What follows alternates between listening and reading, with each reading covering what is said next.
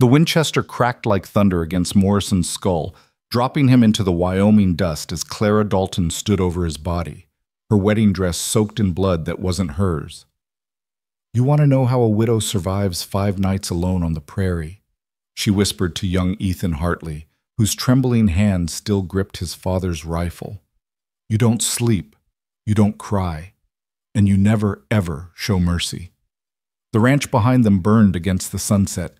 800 acres of dreams turned to ash. But in that moment of absolute destruction, something unbreakable was forged between them. Friends, this is a story of love born in gunpowder and grief. Watch till the end and comment your city below so I can see how far this tale has traveled. The funeral had ended 3 hours ago, but Ethan Hartley still stood at his father's grave, watching shadows stretch long across the Wyoming prairie. At 19, his shoulders weren't quite broad enough to fill his father's coat, and the weight of 800 acres pressed down on him like a physical thing. The September wind carried dust and the smell of coming rain rattling through the wooden crosses that marked 3 generations of Hartleys in this unforgiving soil. "Boy's gonna lose it all before Christmas," he'd heard Tom Morrison whisper at the service loud enough to be intentional. Samuel Hartley's probably spinning in that box, knowing his soft-handed son's all that's left to hold the ranch. Ethan's jaw tightened at the memory. Morrison had been circling like a vulture for years, waiting for his father to show weakness. Now, with Samuel Hartley 6 feet under, the waiting was over. The sun bled crimson across the horizon, painting the grassland in shades of rust and shadow. Ethan turned toward the ranch house, a 2-story structure his grandfather had built with his own hands 40 years ago. Smoke should have been rising from the chimney. Martha, their cook, always had supper ready by now. But Martha had left the day after the funeral, patting his cheek with tears in her eyes. "You're a good boy, Ethan," she'd said, "but this land needs a man grown, and I'm too old to watch it fall apart." He was alone now, completely, utterly alone, or so he thought. The figure appeared at the edge of his vision, materializing from the dying light like a ghost. Ethan's hand moved instinctively to the Colt at his hip, his father's gun still strange against his palm. "Easy there," a woman's voice called out, tired but not frightened. "I mean no harm." She stepped closer and Ethan could make out her features in the fading light. She couldn't have been more than 25, with auburn hair pulled back in a severe bun and a black dress that had seen better days. But it was her eyes that held him, green as spring grass, carrying a weight that had nothing to do with her years. "Name's Clara, she said, stopping a respectful distance away. "Clara Dalton. I heard about your father. I'm sorry for your loss." "Thank you, ma'am." Ethan's voice came out rougher than intended. He cleared his throat. "If you're looking for work, I'm afraid I can't." "Not looking for work." She shifted the small carpet bag in her hand. "Just a corner of your barn for the night. I can pay." Something in her tone made him study her more carefully. Her dress was quality, or had been once. The kind of dress a rancher's wife might wear to church. But the hem was torn mud-caked, and there were dark stains on the sleeves that looked suspiciously like blood. "You're running from something," he said. It wasn't a question. Her chin lifted slightly. "We're all running from something, Mr. Hartley. Question is whether we're running toward something better, or just running." The wind picked up, sending her hair dancing around her face. She tucked it back with one hand, and he noticed the pale band of skin on her ring finger where a wedding band had recently been. "Widow?" he asked. 3 weeks now." Her voice held no emotion, like she'd practiced saying it until the words meant nothing. Ethan looked back at his father's grave, then at the empty house waiting for him. His father would have sent her on her way. Samuel Hartley hadn't believed in charity or complications. But his father was dead, and Ethan was tired of being alone. "There's a room," he heard himself saying. "Used to be the cook's. It's not much, but it's got a bed and a stove." Her eyes widened slightly, the first real emotion he'd seen from her. "I couldn't impose." "You're not. Place feels like a tomb with just me rattling around in it." He started walking toward the house. "Come on. Gets cold quick once the sun's down." She followed, her boots crunching on the dry grass. "You always this trusting with strangers?" "My father used to say I was too soft for this land." He glanced back at her. Maybe he was right. Maybe not. Either way, he's not here to complain about it anymore. The house felt even emptier with another person in it, as if her presence highlighted all the missing pieces. Ethan lit the oil lamps while Clara stood in the doorway, taking in the main room with its stone fireplace and heavy wooden furniture. "It's a good house," she said quietly. "Solid.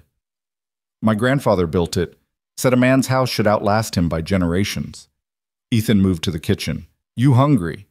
I'm not much of a cook, but I've got beans and salt pork. I can cook." She set down her carpet bag and moved past him to the stove with the confidence of someone who knew their way around a kitchen. "You got flour lard? Should be some in the pantry." She found what she needed and set to work, her movements efficient and practiced. Within minutes, she had biscuits in the oven and beans simmering on the stove. The domestic sounds, the clatter of pans, the bubble of cooking food made something tight in Ethan's chest loosen just a fraction. "You said your name was Dalton," he ventured. "There's Daltons over in Laramie, cattle people." Her hand stilled for just a moment.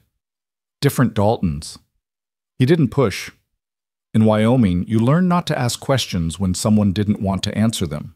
Everyone had their secrets, their reasons for being where they were. They ate in relative silence, the only sounds the clink of forks against plates and the wind testing the windows.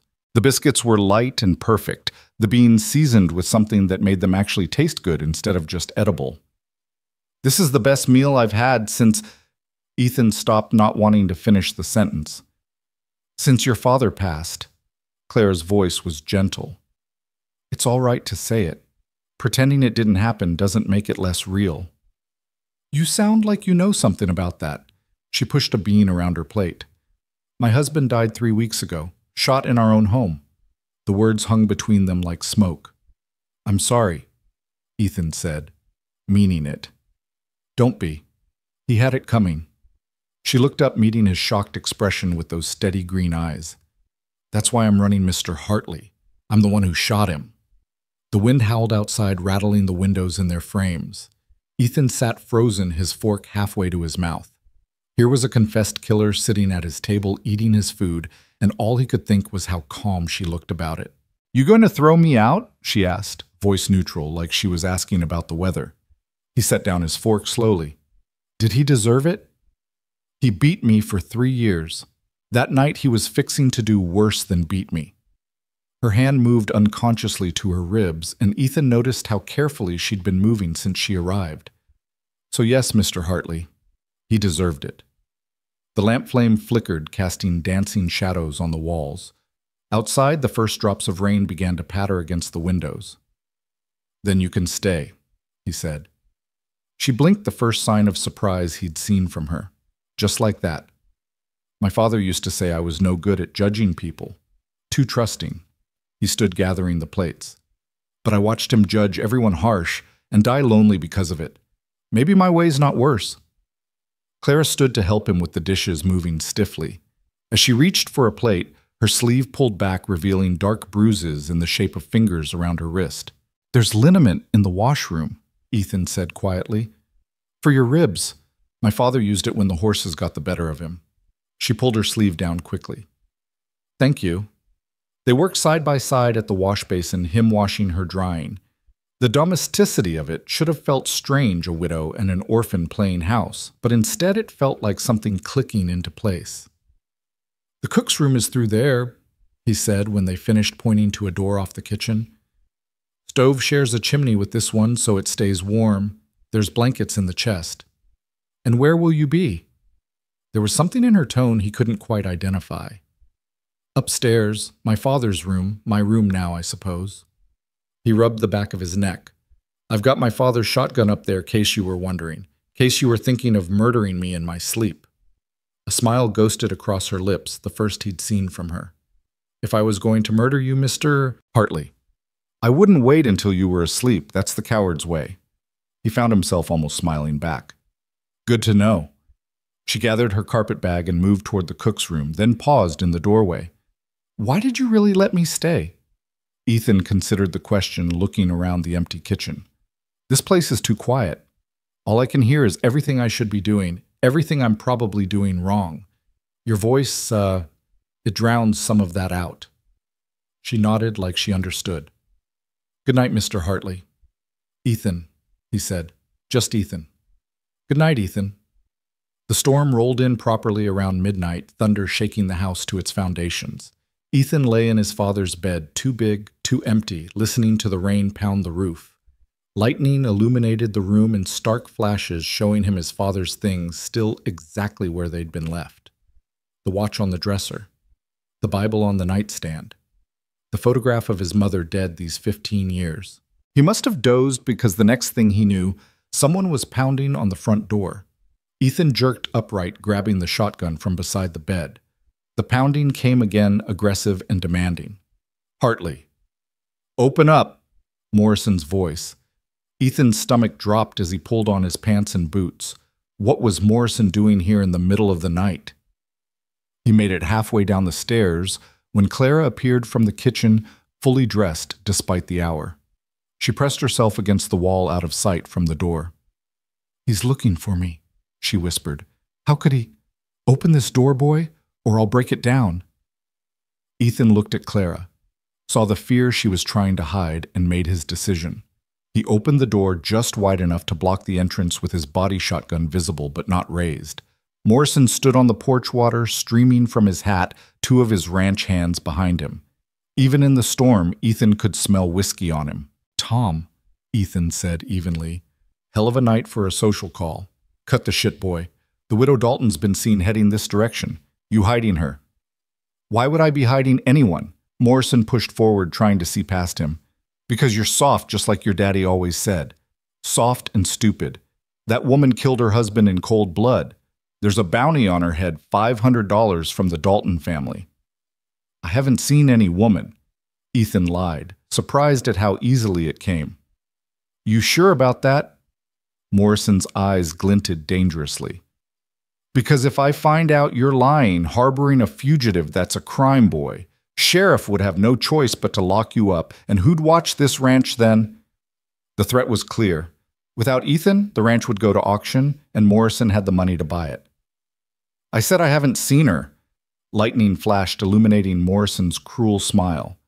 "Your father was a hard man, but at least he had sense. You're going to lose this place, boy. If not tonight, then soon. And when you do, I'll be waiting." He turned to go, then paused. "Oh, and Hartley. That note your daddy had with the bank, I bought it. $1,200 due in 5 days. Hope you got it lying around somewhere." Ethan's blood turned to ice. $1,200 might as well have been 12,000. Morrison laughed, the sound cutting through the storm. 5 days, boy. Then this place is mine." They mounted their horses and rode off into the storm. Ethan closed the door and leaned against it, the weight of what just happened crushing down on him.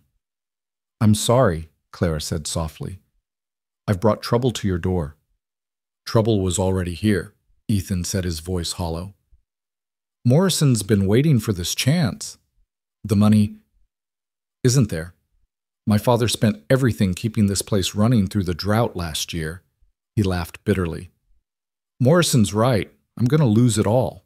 Clara moved closer, and in the lamplight he could see determination replacing the fear in her eyes. "Maybe, maybe not. You stood up to him just now. That took courage. That was stupidity. He could have forced his way in, found you. But he didn't, because you didn't let him." She reached out, almost touching his arm before pulling back. "Your father might have been a hard man, but hardness isn't the same as strength. You did a kind thing letting me stay, a brave thing lying to Morrison. Don't let him make you think that's weakness." Thunder crashed overhead, and the rain intensified, hammering against the windows like it was trying to break in. "We should try to sleep," Ethan said, though he knew he wouldn't. "Tomorrow's going to come, whether we're ready or not." Clara nodded and turned back toward her room, then stopped. "Ethan, thank you for everything." He watched her disappear into the darkness of the kitchen, then climbed back upstairs. The storm raged on, but somehow the house felt less empty than it had. Even with Morrison's threat hanging over him, even with only 5 days left, something had shifted. He lay back down in his father's bed, staring at the ceiling. 5 days. He had 5 days to come up with $1,200, or lose everything his family had built. But for the first time since his father's death, he wasn't facing it alone. The next morning dawned clear and cold, the storm having washed the air clean. Ethan woke to the smell of coffee and bacon, confused for a moment before remembering Clara. He dressed quickly and headed downstairs to find her at the stove, moving less stiffly than the night before. "You didn't have to—" "Yes, I did." She plated eggs and bacon, setting them on the table with authority. "You fed me, gave me shelter. Least I can do is cook." They ate in companionable silence until the sound of horses made them both freeze. Ethan grabbed his shotgun, but Clara put a hand on his arm. "It's the sheriff," she said, peering through the window. "I recognize him from town." Sheriff McKay was a tall, weathered man in his 50s, fair but firm. Ethan had always respected him, but now with Clara in his house, that respect was tinged with fear. "Stay inside," he told Clara, then stepped out onto the porch. "Morning, Sheriff." "Ethan?" McKay dismounted his deputy, staying on his horse. "Heard Morrison was out here last night. Storm brought all kinds of trouble." McKay's eyes were shrewd. "Also heard there's a woman staying here." Ethan kept his face neutral. "Man can't have company without the whole county knowing." "Depends on the company." McKay stepped onto the porch, lowering his voice. "The widow Dalton's wanted for questioning, not murder. Not yet. But the Dalton family's pushing hard, and they've got influence." "I don't know any widow Dalton." McKay studied him for a long moment. "Your father was a hard man, but he was honest. Hope you got that from him along with this ranch." "I got what I got." The sheriff nodded slowly. "Word of advice, son. Morrison's been buying up debts all over the county. He's planning something, and it's not good. Watch yourself." He mounted his horse and started to ride off, then turned back. "And Ethan, if you happen to meet any widows in need of help, you might tell them the circuit judge comes through in 2 weeks. Sometimes when a person tells their side of things to the right judge, justice looks different than a mob expects." After they left, Clara emerged from the house. "He knows." "He suspects. That's different." She wrapped her arms around herself, looking small despite her straight posture. "I should go. I'm putting you in danger." "You're staying." The words came out harder than he intended. "Morrison's going to take this ranch in 5 days anyway. Least I can do is keep you safe until then. The money there has to be away, 800 head of cattle, but I can't get them to market alone. The horses aren't broken for sale. The land itself is worthless without the water rights, and those are tied to the deed." He laughed bitterly. "My father never planned on dying, never taught me the business side, just the work side." Clara was quiet for a moment, then said, "Show me the books." "What?" "The ranch books. Accounts, debts, assets. I kept my husband's books for 3 years. Maybe I can see something you can't." They spent the morning poring over his father's meticulous records. Clara's fingers traced columns of numbers, her brow furrowed in concentration. "Here," she said suddenly, "these contracts for beef to Fort Laramie. They're still valid." "Far as I know, but the next delivery isn't for 3 weeks." "But you could deliver early. The Army always needs beef, and with the Sioux acting up, they'd probably pay premium for early delivery." Ethan stared at the contracts. That could work, but I'd need help driving the cattle. At least 4 men, and nobody's going to work for me against Morrison. Then we don't tell them it's against Morrison. We tell them it's a rush job for the Army. Good pay for quick work." She looked up at him, those green eyes fierce. "You think I can't ride, can't drive cattle? I was raised on a ranch, Ethan. I can do more than cook and keep books." Something bloomed in his chest. Hope, maybe, or something else he didn't want to name. "It's dangerous. Morrison finds out what we're doing. Then we'd better move fast." They worked through the afternoon planning the drive. Clara's knowledge surprised him. She knew routes, grazing spots, waterholes. When she mentioned a shortcut through Devil's Canyon, he stared at her. "That's rough country. How do you know about it?" "My father used to drive cattle before he died. I listened more than he knew." A shadow crossed her face. "Then my mother remarried, and my stepfather sold me off to the highest bidder. That bidder was Robert Dalton." The casual way she said it, like it was just another fact, made Ethan's chest tight with anger. "Clara, don't pity me. I survived. That's more than Robert can say."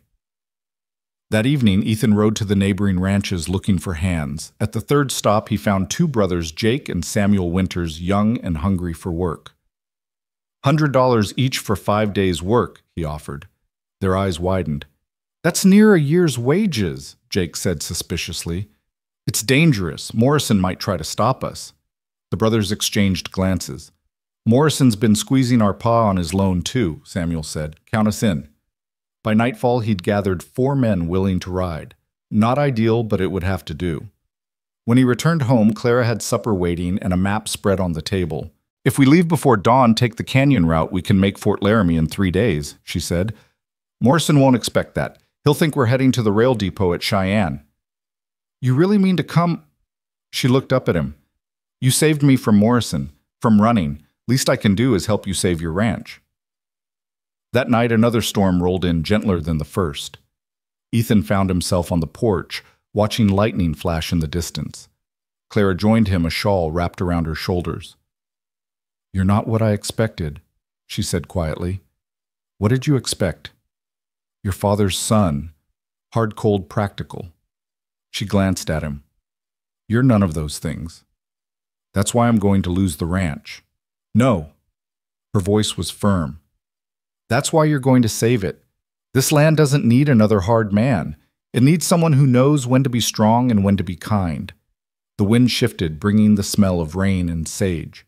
Clara shivered, and without thinking, Ethan moved closer, sharing his warmth. Tell me about him, Wolf, he said. Your husband. She was quiet so long he thought she wouldn't answer. Then, voice barely above a whisper, she said, He was handsome, charming, everything a young girl thinks she wants. The first time he hit me was our wedding night. Said I looked at another man too long during the ceremony. Ethan's hands clenched into fists. 3 years, she continued. 3 years of walking on eggshells, never knowing what would set him off. The night he died, he'd been drinking. Said he was going to teach me a lesson I'd never forget. He had a knife. Clara. I took his gun from the holster while he was unbuckling his belt. He laughed, said, I didn't have the courage. She turned to look at Ethan. He was wrong. Without thinking, Ethan reached out and took her hand. It was small and his calloused from work, but trembling slightly. I'm glad, he said fiercely. I'm glad you had the courage. She squeezed his hand and they stood there watching the storm, 2 broken people finding something whole in the shared silence. The next morning came too soon. In the pre-dawn darkness, Ethan and Clara worked alongside the hired hands preparing for the drive. 800 head of cattle, restless and wary, waited in the holding pens. You sure about this, boss? Jake Winters asked, eyeing Clara as she saddled her horse, one of Ethan's steadiest mares. I'm sure. Clara had bound her hair back and wore a pair of his father's old pants and a work shirt. She looked nothing like the desperate widow who'd appeared at his door 3 nights ago. She looked like she belonged here. Move out, Ethan called, and the drive began. The first day went smoothly, too smoothly. As they made camp that night at Willow Creek, Ethan couldn't shake the feeling they were being watched. Morrison knows, Clara said quietly, appearing beside him as he stood watch. Probably. He'll try to stop us. Definitely. She was quiet for a moment, then said, I'm not sorry I came to your door. Neither am I. The second day they pushed hard, reaching Devil's Canyon by noon. The narrow passage with its towering red rocks and treacherous path had claimed more than one herd over the years. Single file, Ethan ordered, slow and steady. They were halfway through when the shots rang out. Morrison's men had positioned themselves on the canyon walls, firing down at them. The cattle panicked, threatening to stampede in the narrow space. The cattle! Clara shouted, spurring her horse forward to help control the herd. Ethan drew his rifle, returning fire while trying to keep his horse steady. Jake Winters took a bullet in the shoulder, nearly falling from his saddle. Get to cover, Ethan yelled. But there was no cover in the canyon, just sheer walls and panicking cattle. Then Clara did something that stopped his heart. She rode straight at the lead steer, getting in front of the stampede, turning them back on themselves. It was insane, suicidal, and it worked. The cattle milled in confusion instead of running. More shots rang out. Samuel Winters returned fire, his aim true. One of Morrison's men fell from his perch. Push through, Ethan ordered. Move, move, move. They drove the cattle hard, bullets whining overhead. Clara stayed at the front, fearless, her hair coming loose and streaming behind her like a banner. Finally, they burst from the canyon onto open ground. Morrison's men didn't follow. They'd lose any advantage in the open. "Jake's hit bad," Samuel called out. They stopped to tend the wound. Clara, without hesitation, tore strips from her shirt to bandage it. "You're insane," Ethan told her, riding into the stampede like that. She looked up at him, a wild light in her eyes. "We're alive, aren't we? You could have been killed. So could you. So could all of us." She finished with the bandage and stood. "That's what it means to fight for something, Ethan. You risk everything." They made Fort Laramie by nightfall, the lights of the settlement a welcome sight. The Army quartermaster, a round man named Peterson, came out to meet them. "Hartley wasn't expecting you for weeks. Situation changed. I need to sell now." Peterson examined the herd with an experienced eye. "Good stock. With the Indian troubles, we need the beef. I can offer $18 a head." Ethan's heart sank. That would give him just over $1,400, enough for the debt and a little extra, but not much to run the ranch on. 20, Clara said, stepping forward. 20 a head, or we take them to Cheyenne." Peterson looked at her in surprise, then at Ethan, who tried to look like this was planned. "Army doesn't negotiate with suppliers who rode through Morrison's guns to get you beef." Clara's voice was steel. 20, Mr. Peterson. "You know it's fair." Peterson grumbled but nodded. 20 it is. $16,000. Ethan could barely breathe. It was more money than he'd ever seen. As Peterson counted out the payment, Morrison himself rode up with a dozen men. "That's stolen cattle," he announced loudly. "This boy owes me money. Those cattle are collateral." "The debt's not due for 2 more days," Ethan said, standing straighter. "Contract says I can call it in early if I suspect fraud." Morrison's smile was vicious. "And harboring a murderer sounds like fraud to me." He pointed at Clara. "That's Clara Dalton, wanted for murdering her husband. This boy's been hiding her." Peterson looked uncomfortable. The soldiers with him shifted hands, moving to weapons.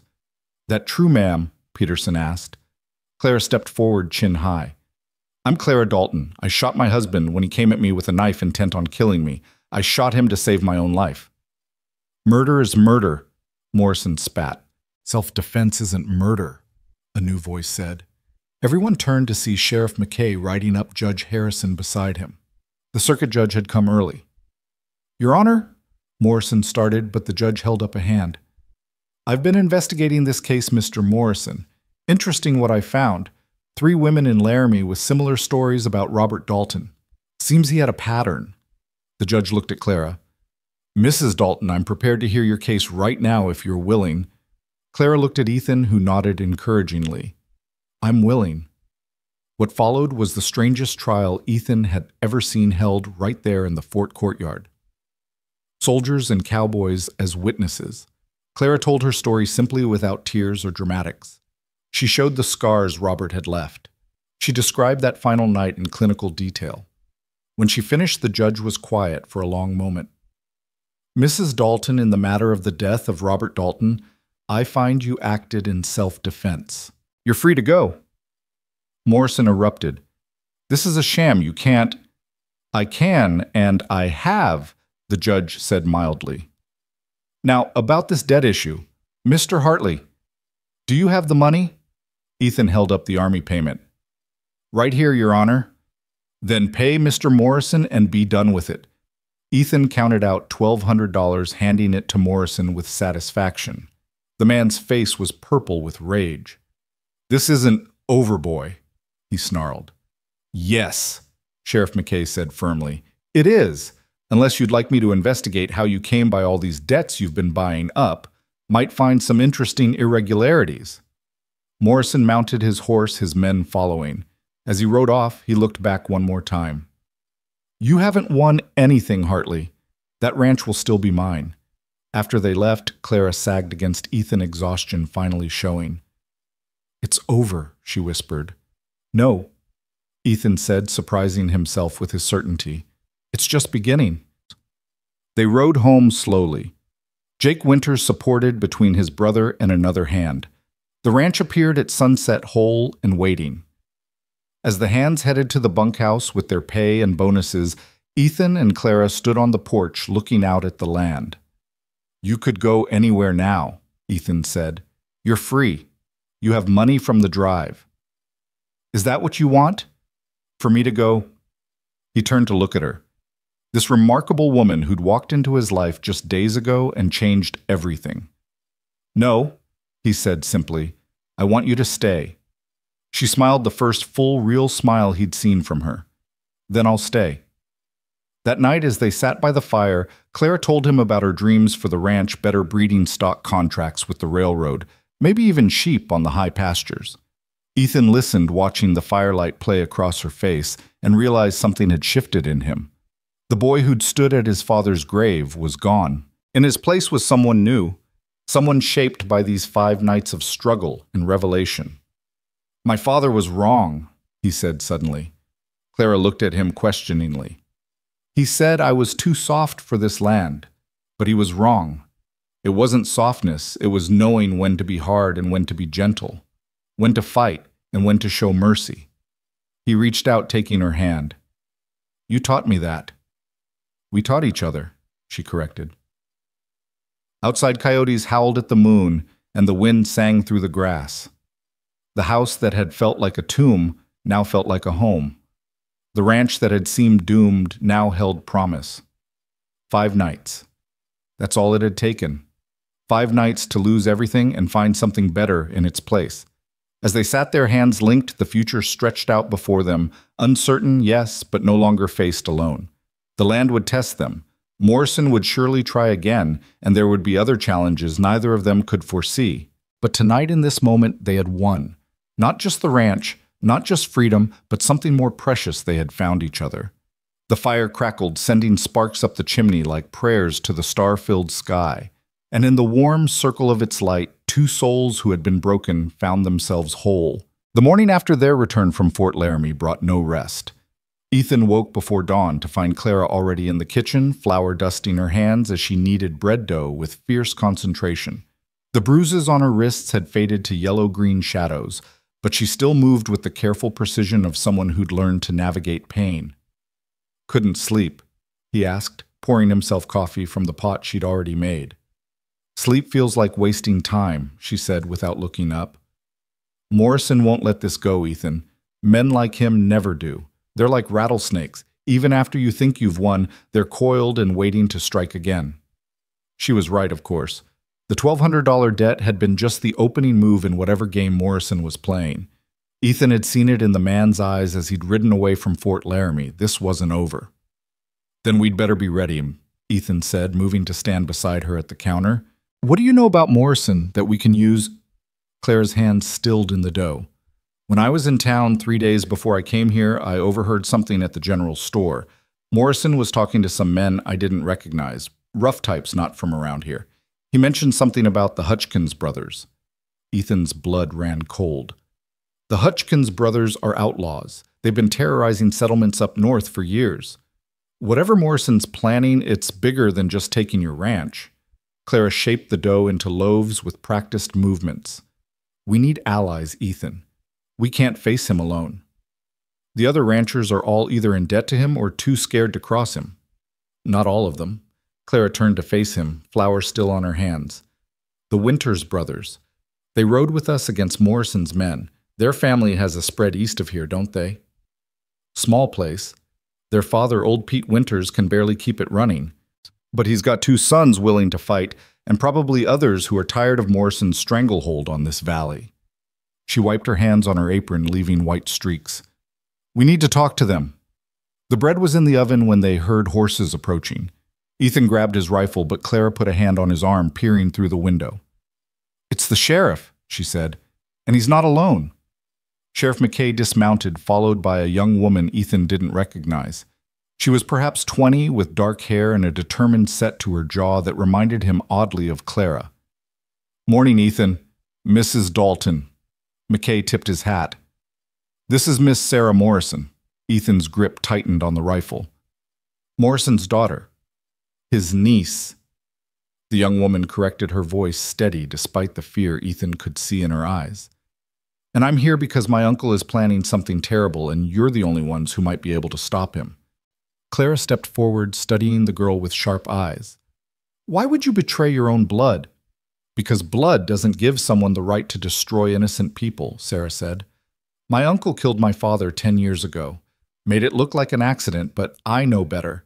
He wanted our land, and he got it. Now he wants yours, Mr. Hartley, and he won't stop until he has the whole valley. Why should we trust you? Ethan asked. Sarah reached into her saddlebag and pulled out a leather journal. Because I have his records. Every dirty deal, every bribe, every threat. It's all here. McKay spoke up. I've looked through it. If even half of this is true, Morrison could hang. It's all true, Sarah said firmly. But evidence isn't enough. He's got Judge Patterson in his pocket. Not Judge Harrison, who freed you, Mrs. Dalton, but the territorial judge. And he's hired the Hutchkins brothers. They'll be here within the week. Clara took the journal, flipping through pages covered in neat handwriting. This details murders. 3 of them. 4 counting my father. Sarah's voice was steady, but her hands trembled slightly. Mr. Hartley, he plans to kill you and make it look like Mrs. Dalton did it. A jealous widow driven mad by her husband's death. Then he'll take your land legally as compensation for his help in bringing a murderer to justice. The kitchen fell silent except for the crackle of fire in the stove.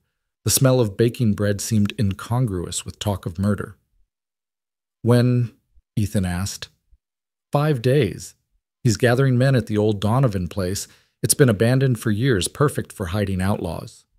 How many men? 20, maybe 25. The Hutchkins brothers have their own gang of about 8 plus Morrison's regular hands. Ethan felt the weight of it settling on his shoulders. 25 men against what? Him and Clara. I'll deputize some men, McKay said. But most folks won't stand against Morrison. Too scared. Then we make them more scared of doing nothing, Clara said suddenly. Everyone turned to look at her. Sarah, does that journal mention the Roberts family, their daughter, who disappeared last spring? Sarah nodded slowly. He sold her. To a brothel in Denver. The Cheneys. Their well that went dry after they refused to sell. He had it poisoned. Clara's eyes blazed with determination. Then we show everyone. We gather the families he's hurt, show them proof. Make them understand that doing nothing means waiting for their turn to be destroyed. That could work, McKay said thoughtfully. But we'd need to move fast and careful. Morrison has eyes everywhere. Not everywhere, Sarah said. There's a meeting place, the old church at Sweetwater. It's been abandoned since the flood 5 years ago. We could gather people there. Ethan felt something shifting like pieces falling into place. Tonight. We spread the word quietly today. Meet tonight. I'll handle the north side of the valley, McKay said. You two take the south. Sarah, you'd better stay here if Morrison finds out what you've done. I know. Her voice was quiet but firm. I knew when I took that journal that I was signing my own death warrant if he catches me. He won't catch you, Clara said with quiet intensity. We won't let him. They spent the day riding from ranch to ranch, speaking in low voices to men and women worn down by Morrison's tyranny. Some doors slammed in their faces. Others opened slowly, revealing faces marked by fear and desperate hope. At the Cutter place, old Martha Cutter wept when Clara showed her the entry about her son killed 3 years ago in what everyone thought was a riding accident. I knew it, she whispered. I knew my boy could ride better than that. Morrison wanted our water rights. Come to the church tonight, Clara said gently. Bring anyone you trust. At the Jimenez ranch, Miguel Jimenez's face went dark with rage when he read about Morrison burning out his cousin's family across the county line. I'll be there, he said simply, with my sons. By the time they returned home, the sun was setting. Sarah had prepared a simple meal, moving around the kitchen with the same easy familiarity Clara showed. Watching them, Ethan was struck by how quickly his empty house had filled with purpose and life. You cook like someone taught you well, Clara observed. Sarah smiled sadly. My mother. Before she died, she said knowing how to feed people was a form of power. You can bring folks together around a table, make them feel human again. Smart woman, Clara said. They ate quickly, aware of time pressing. As they prepared to leave for the meeting, Ethan found himself checking his guns, his father's Colt and the Winchester rifle. Clara did the same with a small pistol she'd produced from her carpet bag. "You know how to use that?" he asked. She gave him a look that made him feel foolish for asking. Robert wasn't the first man to underestimate me. He was just the last. The old church at Sweetwater stood like a skeleton against the night sky, its roof partially caved in from the flood damage. But the main floor was solid, and as Ethan and Clara arrived, they found nearly 30 people already gathered, with more arriving. Sheriff McKay stood at what had been the pulpit, Sarah's journal, in his hands. The crowd was restless voices murmuring with fear and anger. "Folks," McKay called out, "we all know why we're here. Morrison's pushed every one of us, taken from every one of us. Now we got proof of just how far he's gone." He began reading from the journal, and with each entry, the crowd's mood shifted from fear to rage. When he reached the part about the Roberts girl, her father let out a sound like a wounded animal. "We get her back," Ethan said, stepping forward. "All of it. We make him pay for all of it. But first we have to survive what's coming." "How?" someone called out. "He's got professional killers coming." "We've got something he doesn't expect," Clara said, moving to stand beside Ethan. "We've got each other, and we've got the truth." "Truth don't stop bullets," old Pete Winters said. "No, but it makes people willing to fire them back," Clara replied. "Morrison's counted on our fear, our isolation. He picks us off one by one because we don't stand together. But look around you. 30 people here, probably more who couldn't come. That's enough to make a difference." "She's right," Miguel Jimenez said. "My family came to this valley 40 years ago. We've fought drought winter disease. We survived because we helped each other. Morrison made us forget that, made us afraid of our own neighbors." "So what's the plan?" Martha Cutter asked, her weathered face set with determination. Ethan looked at Clara, then at the assembled crowd. "We make our stand at my ranch. It's defensible. Good sight lines, solid buildings. When the Hutchkins brothers come, we'll be ready." "That's suicide," someone protested. "Fighting outlaws head-on." "Not head-on," Clara said. "Sarah told us they're planning to attack in 5 days. That gives us time to prepare. Fortify positions, set up crossfire zones. My father fought in the Indian Wars. He taught me about defensive positions." "And we don't just defend what," Ethan added. "Sheriff, with that journal, can you get federal marshals involved?" McKay nodded. "Already sent a rider to Cheyenne, but they won't get here for a week at least." "Then we hold for a week," Ethan said simply. The meeting went on for hours, plans taking shape. The Winters brothers would bring ammunition from their father's stockpile. The Jimenez family had dynamite from their mining days. Martha Cutter's nephews were crack shots who'd won prizes at county fairs.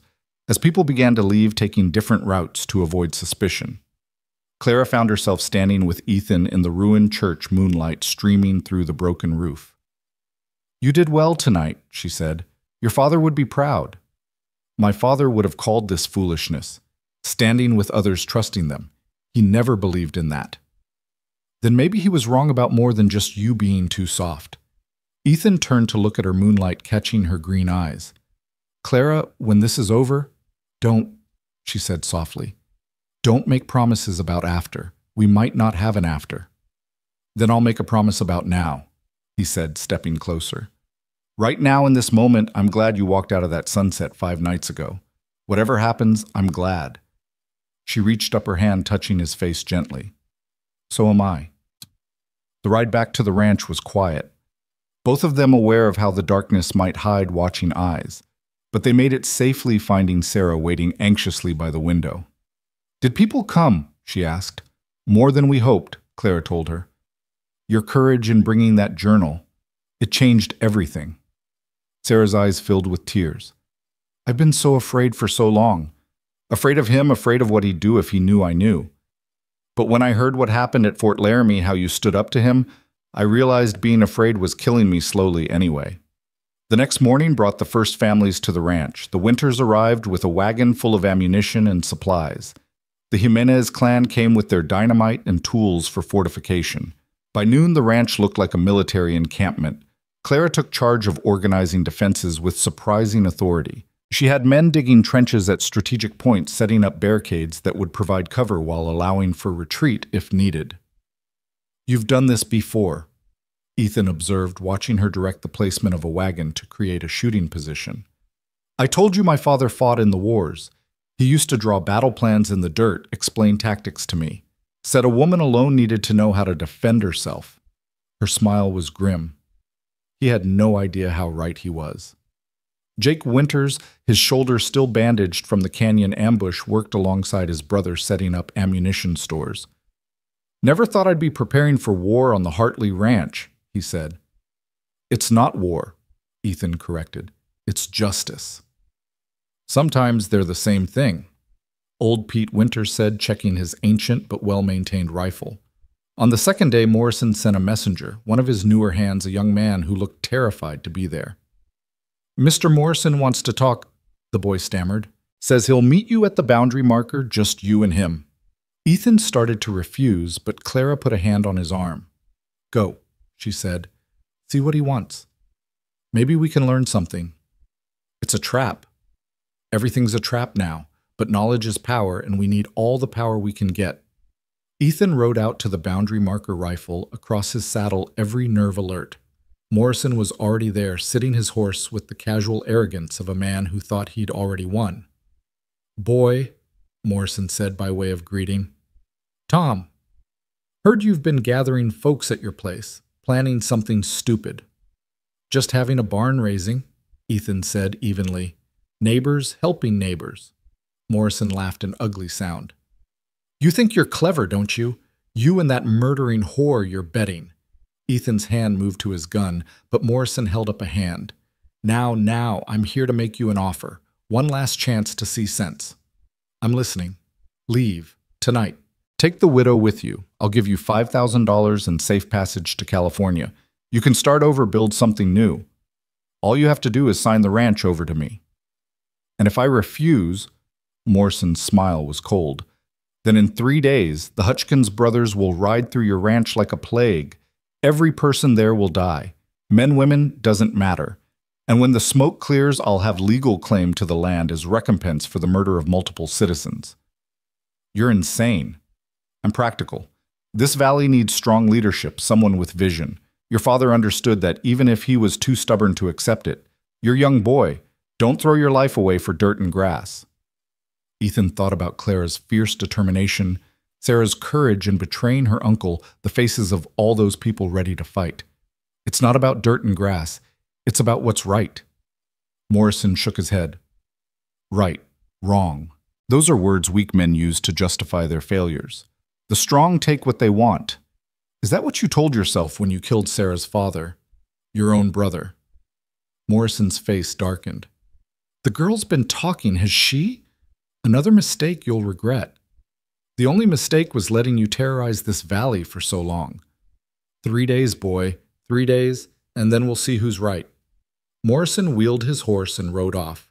Ethan sat there for a moment watching him go, then rode back to the ranch. Clara met him at the door, worry etched on her face. What did he want? Ethan told her about the offer, the threat. Her face hardened with each word. 3 days, she said. He's moved up his timeline. We need to get word to the sheriff, to everyone. Already done. I sent riders out as soon as you left. She smiled slightly. I told you I know men like Morrison. They always show their hand too early when they think they've won. That night, more people arrived. Some brought food, others weapons. The Roberts, still grieving their daughter, came with grim determination. Even some of Morrison's own hands showed up, disgusted by what they'd learned. He's gone too far, one said. We signed on to ranch work, not murder. The ranch transformed into a fortress. Trenches connected defensive positions.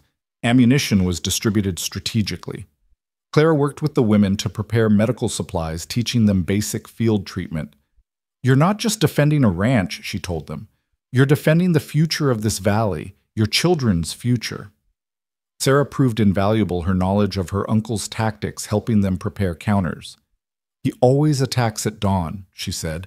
Says men are weakest when they're just waking. Then we make sure we're awake, Ethan said. On the evening of the second day, as they were finalizing defensive positions, Clara found Ethan alone on the porch, staring out at the land. You're thinking about your father, she said, wondering what he'd make of all this. His ranch turned into a battlefield. I think he'd be proud that you're fighting for it. Just maybe not in the way you are. Ethan turned to her. Clara, I need to say this in case I told you no promises about after. Not a promise, just truth. You changed everything. Not just the ranch, not just the fight against Morrison. You changed me. Made me see that strength isn't about being hard. It's about knowing what's worth fighting for. She moved closer, her hand finding his.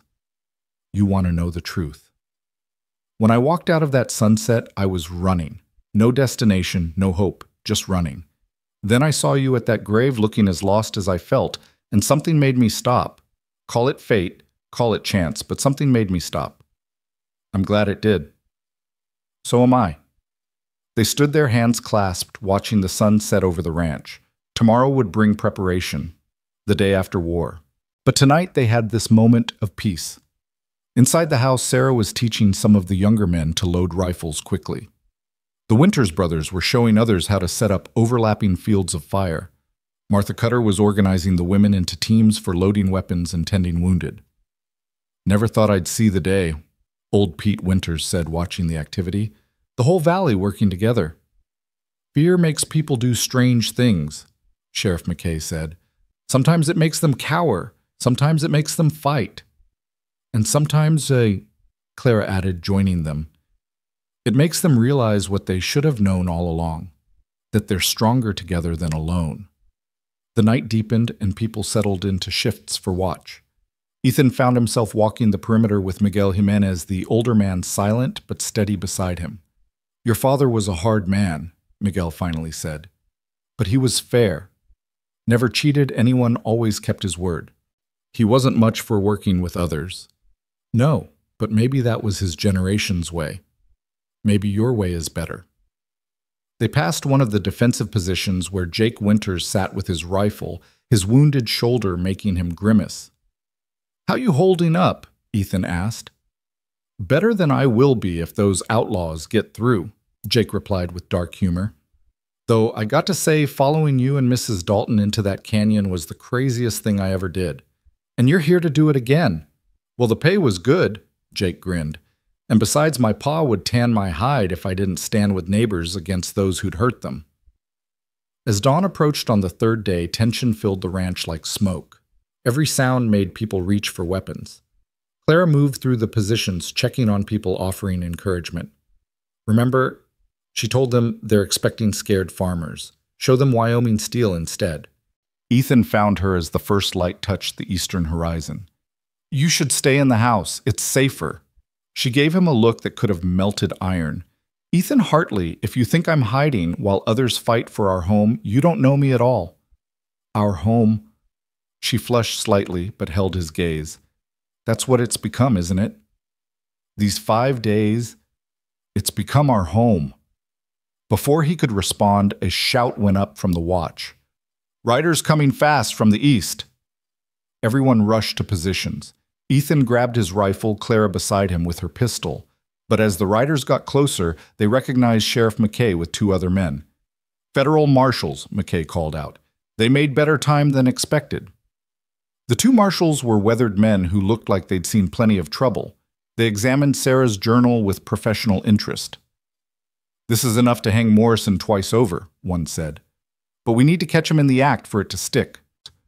He'll be here tomorrow morning, Ethan said, with the Hutchkins brothers and about 20 men. The marshal smiled grimly. Then we'd better be ready for them. The rest of the day was spent in final preparations. The marshals took charge of tactical planning, impressed by what Clara had already organized. You've got a good head for this, ma'am, one told her.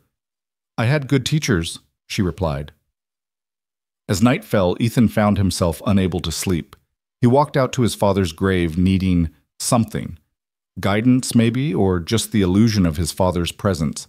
Clara found him there as he'd somehow known she would. He'd be proud, she said softly. Maybe not of how you're doing it, but that you're fighting for what's his, what's yours. What's ours, Ethan corrected. She smiled in the darkness. Yes, ours. When this is over. When this is over, we'll rebuild. We'll make this ranch something neither of us could make alone. She took his hand. But first we survive tomorrow. They walked back to the house together, passing the positions where their neighbors kept watch. In the kitchen, Sarah was making coffee, her hands steady despite the fear in her eyes. "I keep thinking about my father," she said. "How he stood up to Uncle Tom and died for it. I don't want to die, but I don't want to live knowing I did nothing." "Your father would be proud," Clara told her. "You're doing what he couldn't. You're not standing alone." The hours crept by with agonizing slowness. 3 in the morning, 4. People checked weapons, adjusted positions. 5. The eastern sky began to lighten almost imperceptibly. Then as the first real light touched the horizon, they heard it, the thunder of many horses approaching. "Positions!" Ethan called out, though everyone was already ready. They came from 3 directions at once. Morrison was smarter than they'd given him credit for. The main force from the east, a smaller group from the north, and Morrison himself with picked men from the west. "Hold your fire," the marshal called out. "Let them commit to the attack." The riders swept closer, and Ethan could make out faces. The Hutchkins brothers recognizable from wanted posters, Morrison's regular hands, and hired guns' faces hard and purposeful. At 50 yards, Morrison held up a hand, stopping his forces. He rode forward alone just out of rifle range. "Last chance, Hartley," he called out. "Send out the widow and my niece, and the rest of you can live." "Come and get them," Ethan shouted back. Morrison's face twisted with rage. "So be it!" He raised his hand to signal the attack. That's when Clara stood up from her position, visible to all. "Tom Morrison?" She called out, her voice carrying across the morning air.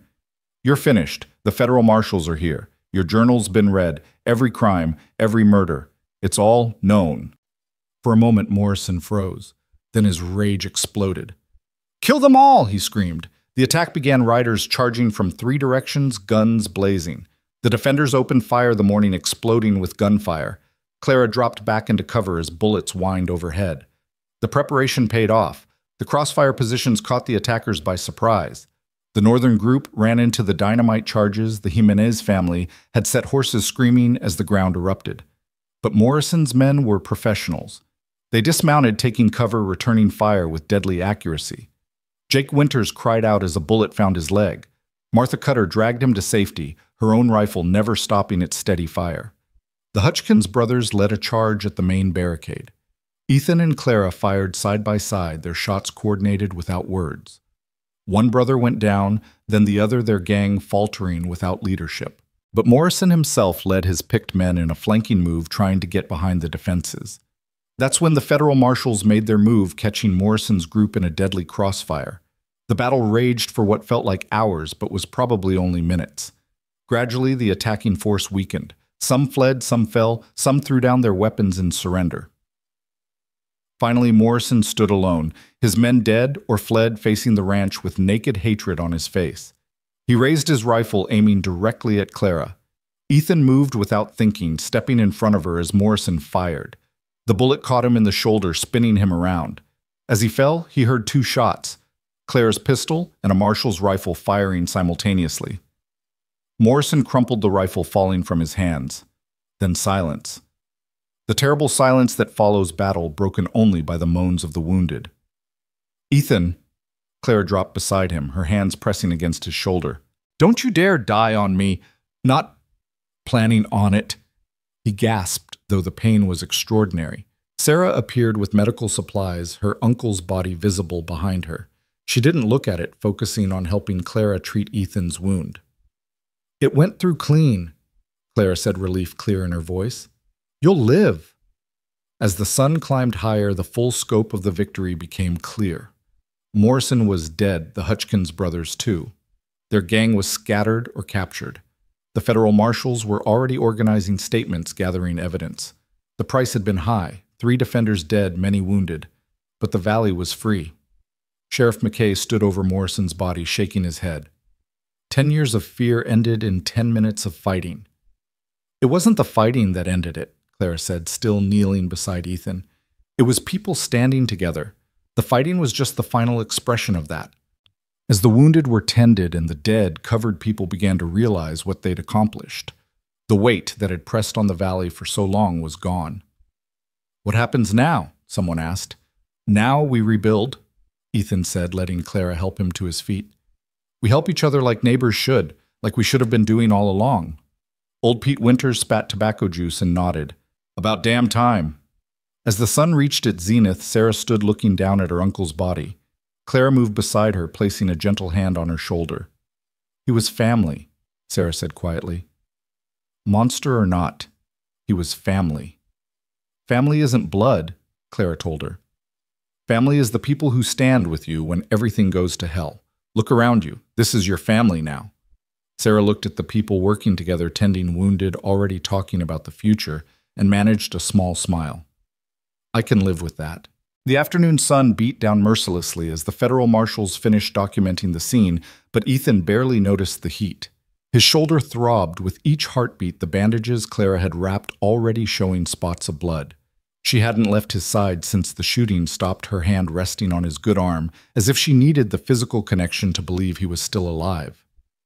You're a damn fool stepping in front of a bullet like that, she said for the third time, though her voice held more relief than anger. You'd have done the same, he replied, wincing as Sarah helped him into a chair on the porch. That's different. How? She opened her mouth to answer, then closed it, her green eyes flickering with something he couldn't quite read. Around them, the ranch bustled with activity as neighbors tended to their wounded and the marshals questioned witnesses. The bodies of Morrison and his men had been loaded onto a wagon covered with canvas that did little to hide the shapes beneath. Marshal Henderson, the senior of the two federal lawmen, approached with his notebook. Mr. Hartley, I need your statement about what happened here. Tom Morrison tried to take my land through force, Ethan said simply. We defended ourselves. With quite a bit of organization from what I can see. Henderson's weathered face showed approval. Mrs. Dalton, your tactical planning saved lives today. Clara's chin lifted slightly. My father always said that in a fight, preparation matters more than courage, though we had both today. The marshal nodded, making notes. The journal Miss Morrison provided, combined with what happened here, will be more than enough for the territorial court. Morrison's assets will be seized, his debts nullified. The people he wronged will have some measure of justice. Well, Sarah, who had been checking on Jake Winters' leg wound, looked up at this. His assets, but those were built on blood and theft, which is why they'll be distributed among his victims, Henderson explained. The Roberts family will have funds to search for their daughter. The Cutters will receive compensation for their son's death. Every family he destroyed will get something back. Money doesn't bring back the dead, Martha Cutter said quietly from where she sat beside her nephew's stretcher. No, ma'am, it doesn't. Henderson agreed. But it might help the living rebuild. As the marshals continued their work, Dr. Brennan arrived from town, his medical bag in hand. The elderly physician had been notably absent during Morrison's reign of terror, but now he moved among the wounded with practiced efficiency. Bullet went clean through, he told Ethan after examining his shoulder. You're lucky. An inch lower and it would have shattered bone. You'll heal, but you need rest. Rest can wait, Ethan said, trying to stand. The world tilted alarmingly, and only Clara's quick support kept him from falling. Rest cannot wait, she said firmly. The ranch will survive a few days without you trying to be a hero. Listen to the lady, Dr. Brennan advised. She seems to have more sense than you do. As the doctor moved on to other patients, Clara helped Ethan inside. The house felt different now, marked by violence, but also by victory. Bullet holes scarred the walls, and a window was shattered where someone had fired through it, but the structure stood solid. My grandfather built this place to last, Ethan murmured, running his good hand along a wall. And now you've given it a future, Clara replied, easing him onto the sofa. Your grandfather would be proud. Sarah entered with a pot of coffee, her movements careful and controlled. The young woman had aged years in the past hours, her uncle's death leaving her orphaned but somehow stronger. The Jimenez family is organizing food for everyone, she reported. The Winters brothers are setting up temporary shelters for those who need to stay. They're working together like I've never seen. Crisis has a way of showing what really matters, Clara said, accepting a cup gratefully. Through the window, they could see neighbors helping neighbors, the artificial boundaries Morrison had created dissolving in the face of shared triumph and grief. Old Pete Winters directed the younger men in repairing damaged fortifications just in case any of Morrison's scattered men thought to return. The women had established a makeshift medical station in the barn, tending those with minor wounds. As evening approached, Sheriff McKay returned from town with unexpected news. Judge Harrison is calling a special session tomorrow. He wants to formally clear Mrs. Dalton's name and address the distribution of Morrison's assets. Everyone involved in today's fight is asked to attend. "I'm not sure Ethan should travel," Clara said, her hand moving protectively to his good shoulder. "I'm fine," Ethan protested, though the room swayed slightly when he tried to sit up straighter. "You're stubborn is what you are," she shot back, "just like your father. My father would never have united the valley like this." "No," she agreed more gently, "but he would have fought for what was his. You did both." That night, as the ranch settled into an exhausted quiet, Clara found herself maintaining vigil beside Ethan's bed. He developed a fever not dangerous but concerning enough that she refused to leave him alone. Sarah spelled her occasionally bringing food and fresh water, but Clara always returned to her post. "You should rest," Ethan told her during one of his lucid moments. "So should you yet. Here you are talking when you should be sleeping."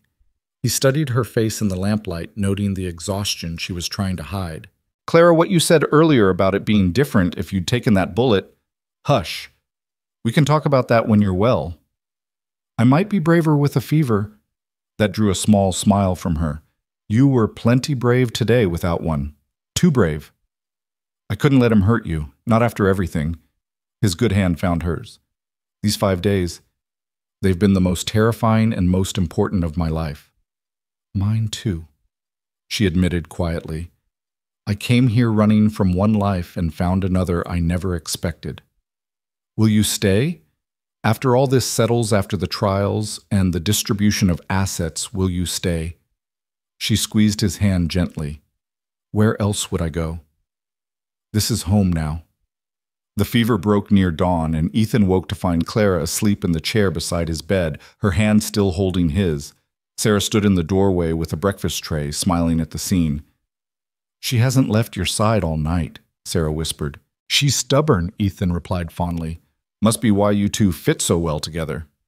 The trip to town was slow and painful despite the wagon's cushioning. Clara drove while Ethan tried not to show how much each bump jarred his shoulder.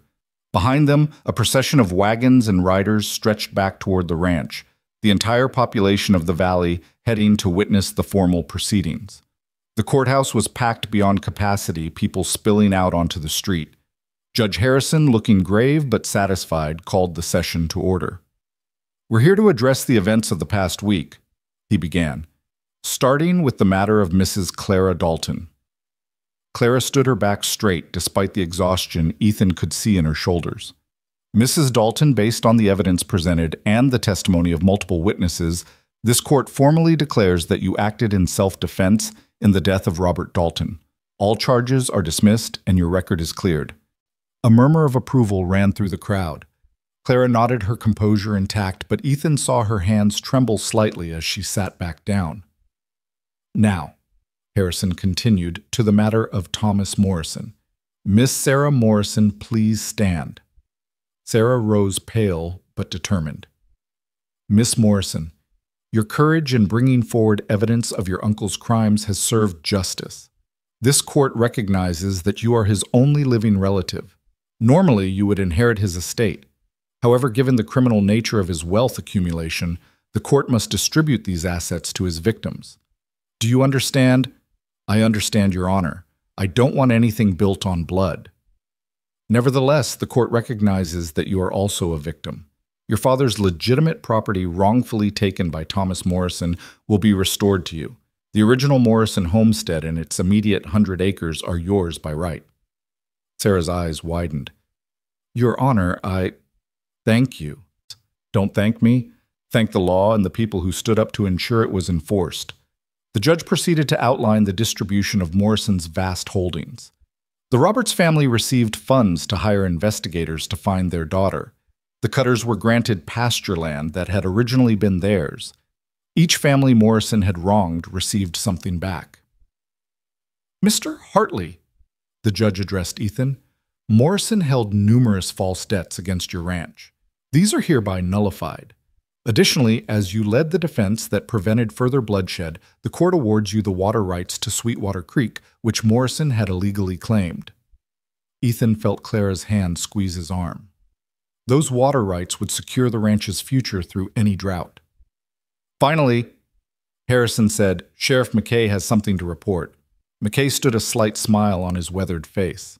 "The federal marshals have confirmed that the Hutchkins brothers had bounties on their heads totaling $3,000. That money goes to those who brought them to justice. Mr. Hartley, Mrs. Dalton, and the defenders of the Hartley Ranch, that reward is yours to split as you see fit."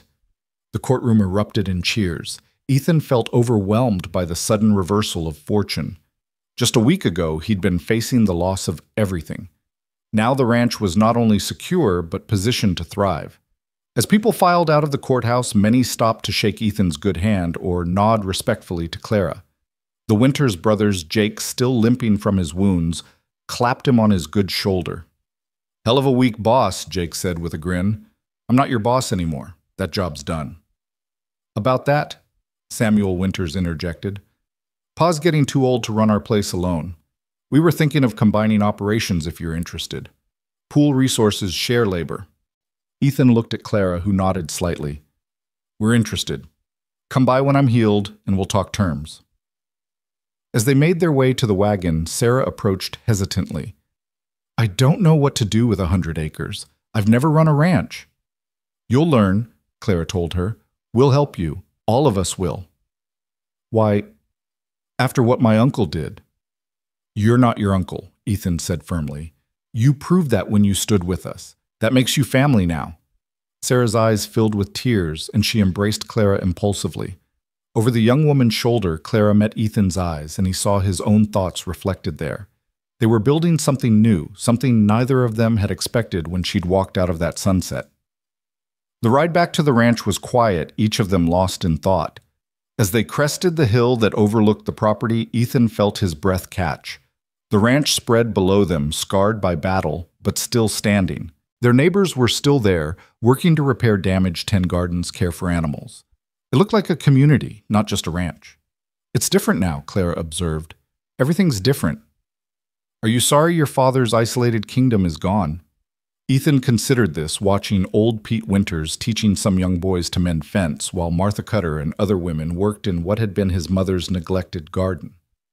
"My father built walls," he said finally. "We tore them down. I think that's better." That evening, as the sun painted the sky in shades of amber and rose, the ranch hosted an impromptu celebration. Someone had brought a fiddle, and music drifted across the yard. People danced, despite exhaustion and injuries, celebrating not just victory, but survival and newfound unity. Ethan sat on the porch, his shoulder preventing him from joining the dancing, but content to watch. Clara sat beside him, having finally been convinced to rest. "I never thanked you," he said suddenly. "For what?" "For stopping that first night, for choosing this place to ask for shelter." She was quiet for a moment, watching Sarah teaching some children a dance step. "I think I was meant to stop here. I don't believe in fate, but something drew me to your door that night. My father always said this land tested people, showed who they really were. Then we passed the test. We did more than that. We changed the test itself." Miguel Jimenez approached with his guitar settling on the porch steps. Soon his rich voice filled the air with an old Spanish ballad about love and loss and finding home. Others gathered, drawn by the music, and soon the entire porch was crowded with people sharing stories and songs. "My grandfather would have loved this," Ethan murmured to Clara. "He always said a ranch should be full of life." It is now. As the evening deepened, people began to drift away, heading home or to temporary camps they'd set up. Sarah helped clear dishes, moving with the easy familiarity of someone who belonged. "I thought I'd stay a few more days if that's all right," she said, "until I figure out what to do with my land." "Stay as long as you need," Clara told her.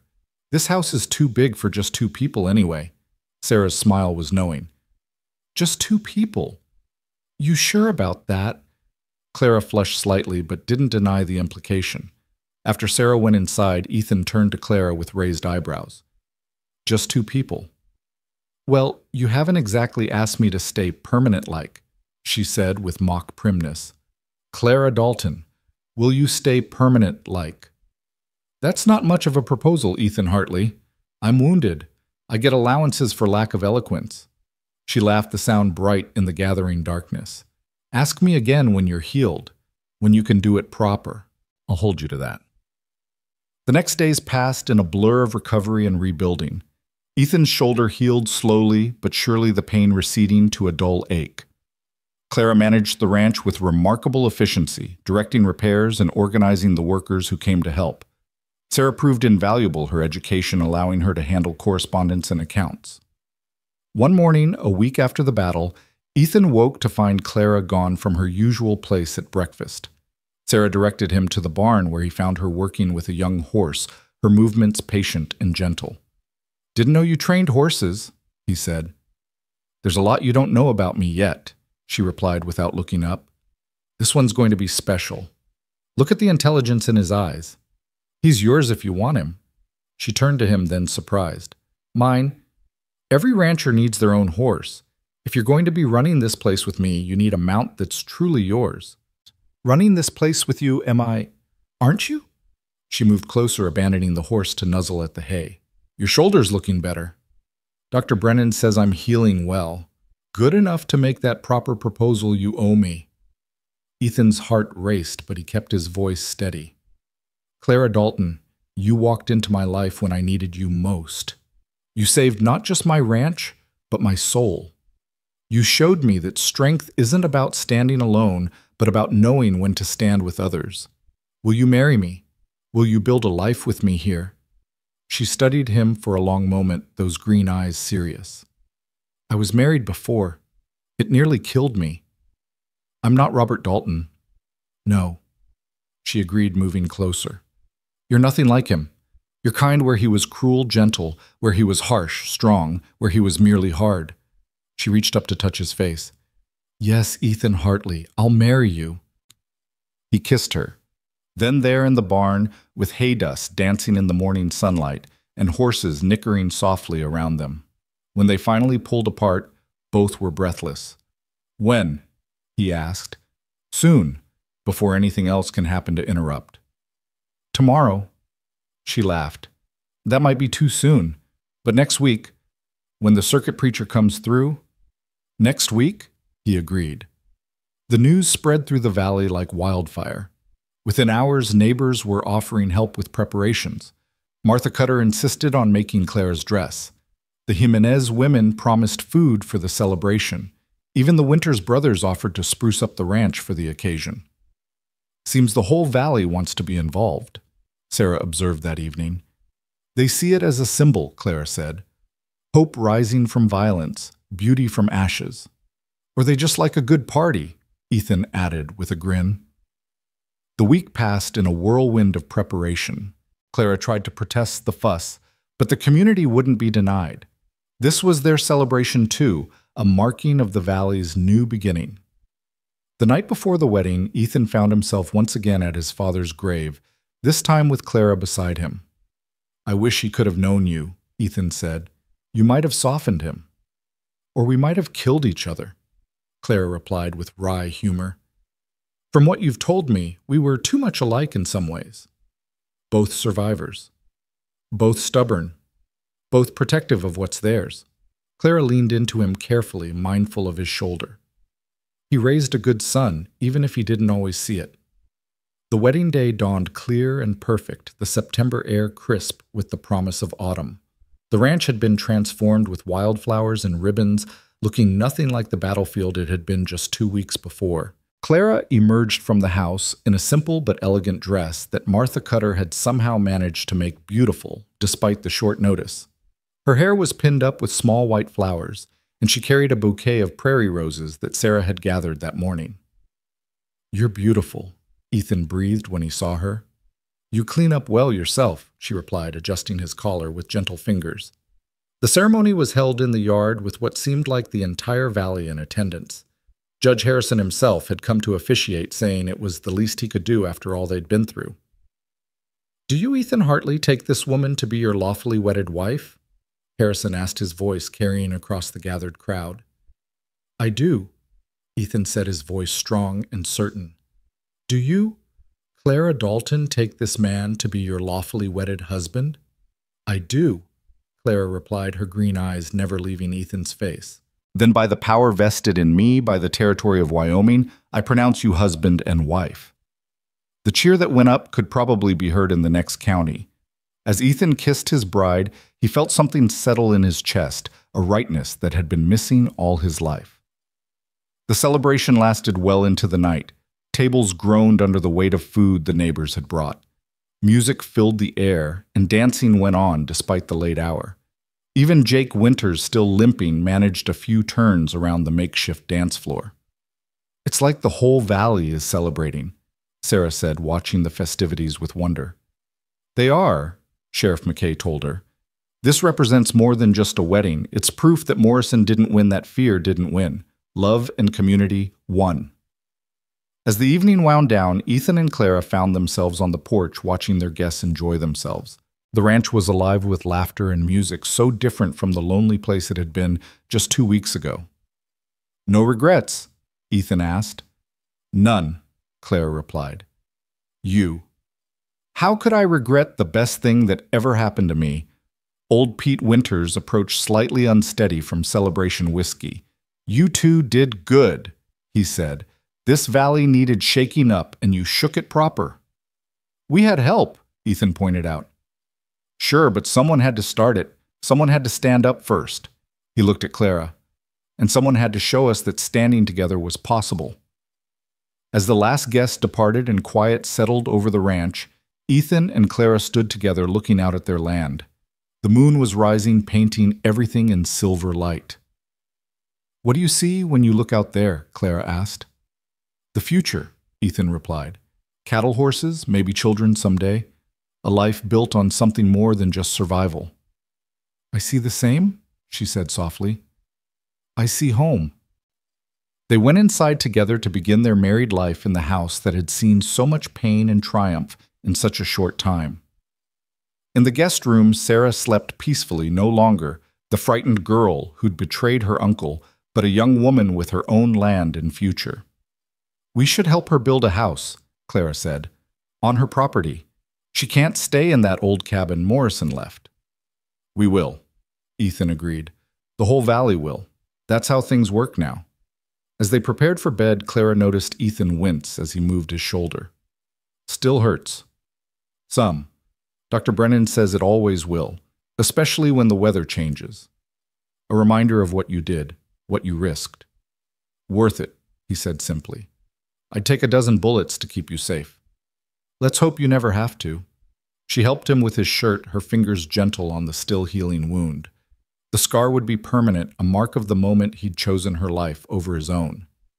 "Clara," he said suddenly, "that first night when you appeared at the ranch, were you really just looking for shelter?" She was quiet for a moment. "I was looking for somewhere to die," she admitted. "I had nowhere to go, no one to turn to. I thought maybe I'd just disappear into the wilderness, let the land take me." "What changed your mind?" "You did. Your kindness, your loneliness that matched mine. You gave me a reason to keep going. We saved each other then." "Yes," she agreed. "We did." The next morning brought normalcy, or at least a new version of it.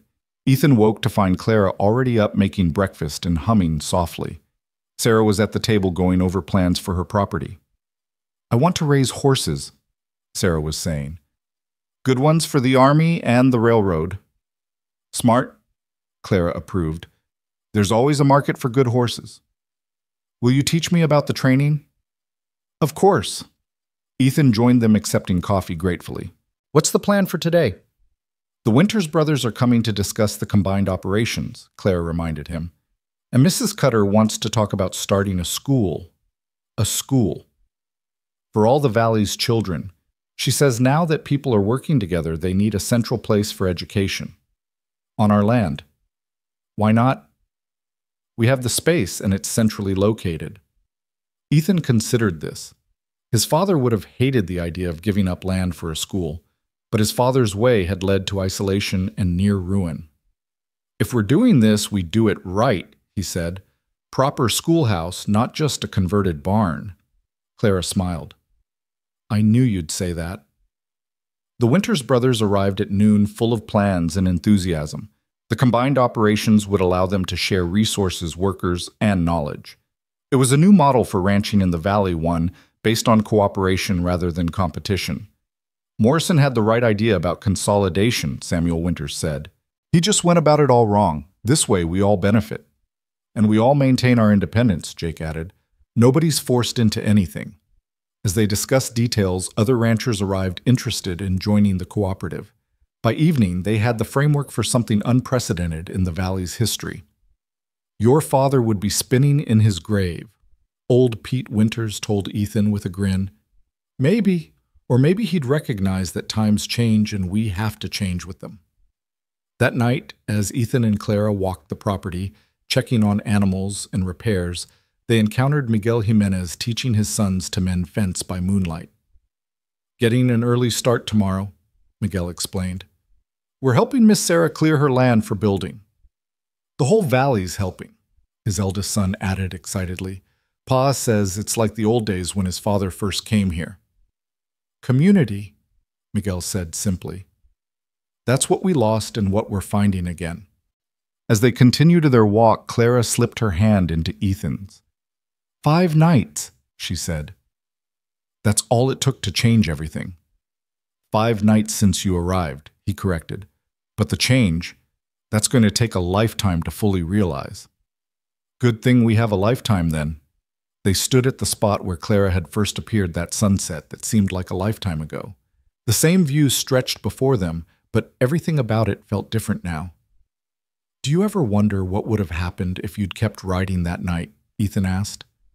"Every day," Clara admitted, "and every day I'm grateful I didn't." A wolf howled in the distance, and Clara shivered slightly. Ethan pulled her closer, his arm around her shoulders.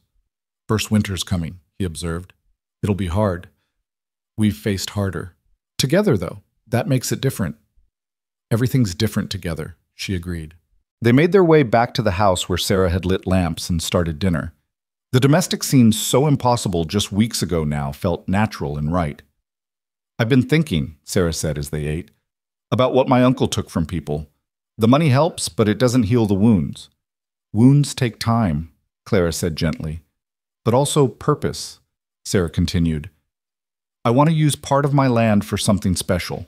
A place where women like you, Clara women who need to escape bad situations, can come for shelter." Ethan and Clara exchanged glances. "That's a noble idea," Ethan said. "And dangerous," Clara added. "Men like Robert, like Morrison, they don't like their property getting away. Which is why it needs to exist," Sarah said firmly. "Will you help me?" "Of course," Clara said without hesitation. "We'll make it work." Later, as they prepared for bed, Ethan reflected on how much had changed. The lonely, uncertain boy who'd stood at his father's grave was gone. In his place was a man with purpose, with community, with love. "What are you thinking?" Clara asked, noticing his distant expression. "About my father's last words to me. He said the land would test me, show whether I was strong enough to hold it." "You proved you were." "We proved we were," he corrected. "And we proved that strength isn't what he thought it was." Clara moved into his arms, careful of his shoulder. "Your father was a man of his time. You're a man of yours." "Our time," Ethan said, holding her close. "This is our time now." The first snow came early that year, catching everyone by surprise just 2 weeks after the wedding. Ethan woke to find Clara standing at the window, watching the white flakes drift down in the pre-dawn darkness. Her silhouette against the pale light made his chest tighten with a feeling he was still learning to name.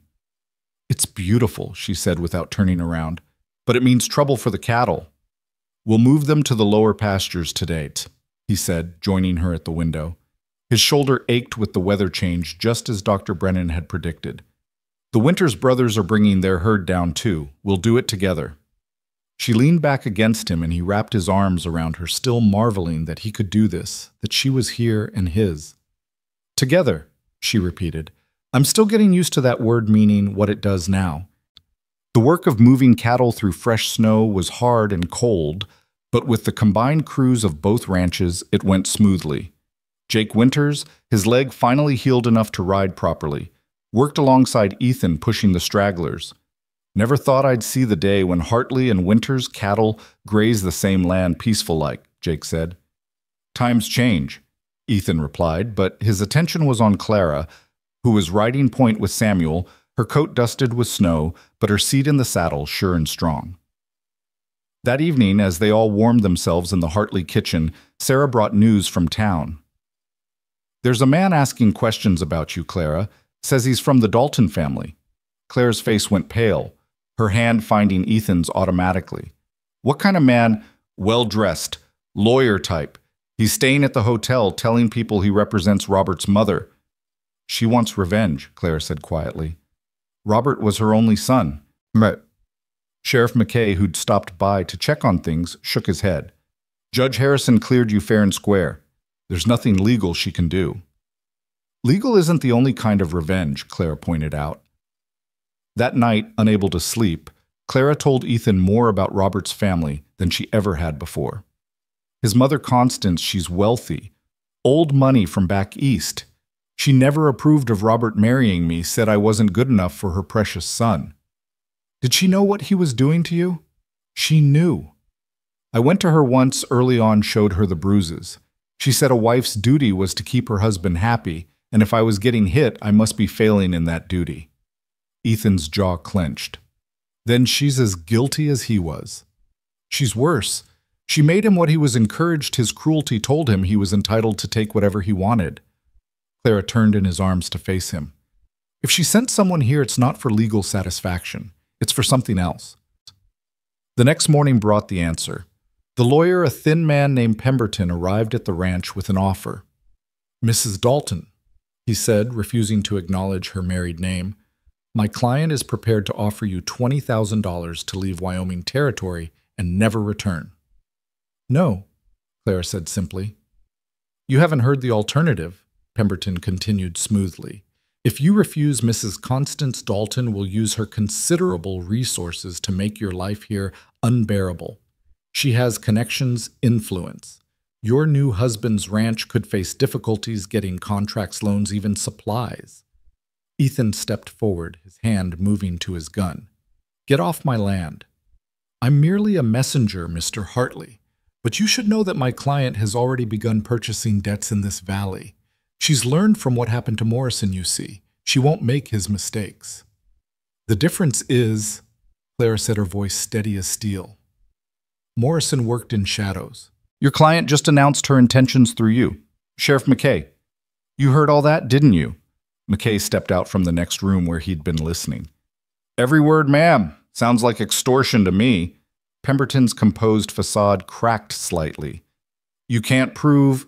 Just did, McKay said. Now you can leave peaceful-like, or I can arrest you and let you explain to Judge Harrison why you're threatening folks in his jurisdiction. After Pemberton fled, Clara sank into a chair, her composure finally breaking. It won't end. She won't stop. Then we stop her first, Sarah said firmly. She'd been quiet during the confrontation, but now her eyes blazed with determination. My uncle kept records of all his business contacts. I'll bet some of them had dealings with the Daltons. What good would that do? Ethan asked. Information is power, Sarah replied. Clara, tell me everything you know about Robert's business dealings. There has to be something we can use. They spent the day going through papers, both Morrison's and what Clara remembered from her years with Robert.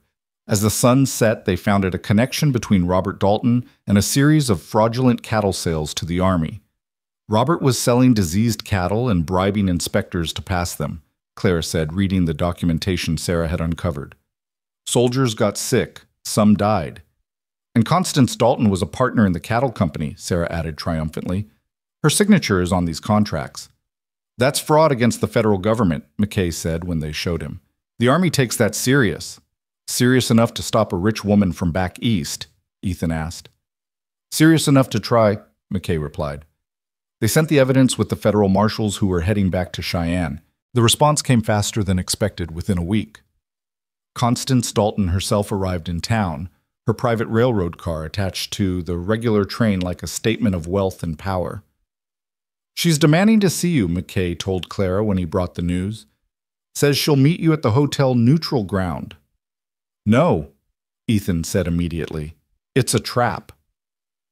"It might be," Clara agreed, "but hiding won't make her go away." She looked at Ethan with those steady green eyes. "I need to face her. End this properly." "Then we go together," Ethan said. "All of us," Sarah added. "The whole valley, if need be." And that's what happened. When Clara walked into the hotel dining room to meet Constance Dalton, she wasn't alone. Ethan was beside her, Sarah behind them, and the entire room was filled with their neighbors, the Winters brothers, the Jimenez family, Martha Cutter, everyone who'd fought at the ranch. Constance Dalton sat at a corner table, an elegant woman in her 60s with cold eyes and Robert's cruel mouth. She took in the crowd with disdain. "I asked to meet with my daughter-in-law alone." "I'm not your daughter-in-law anymore," Clara said, taking the seat across from her.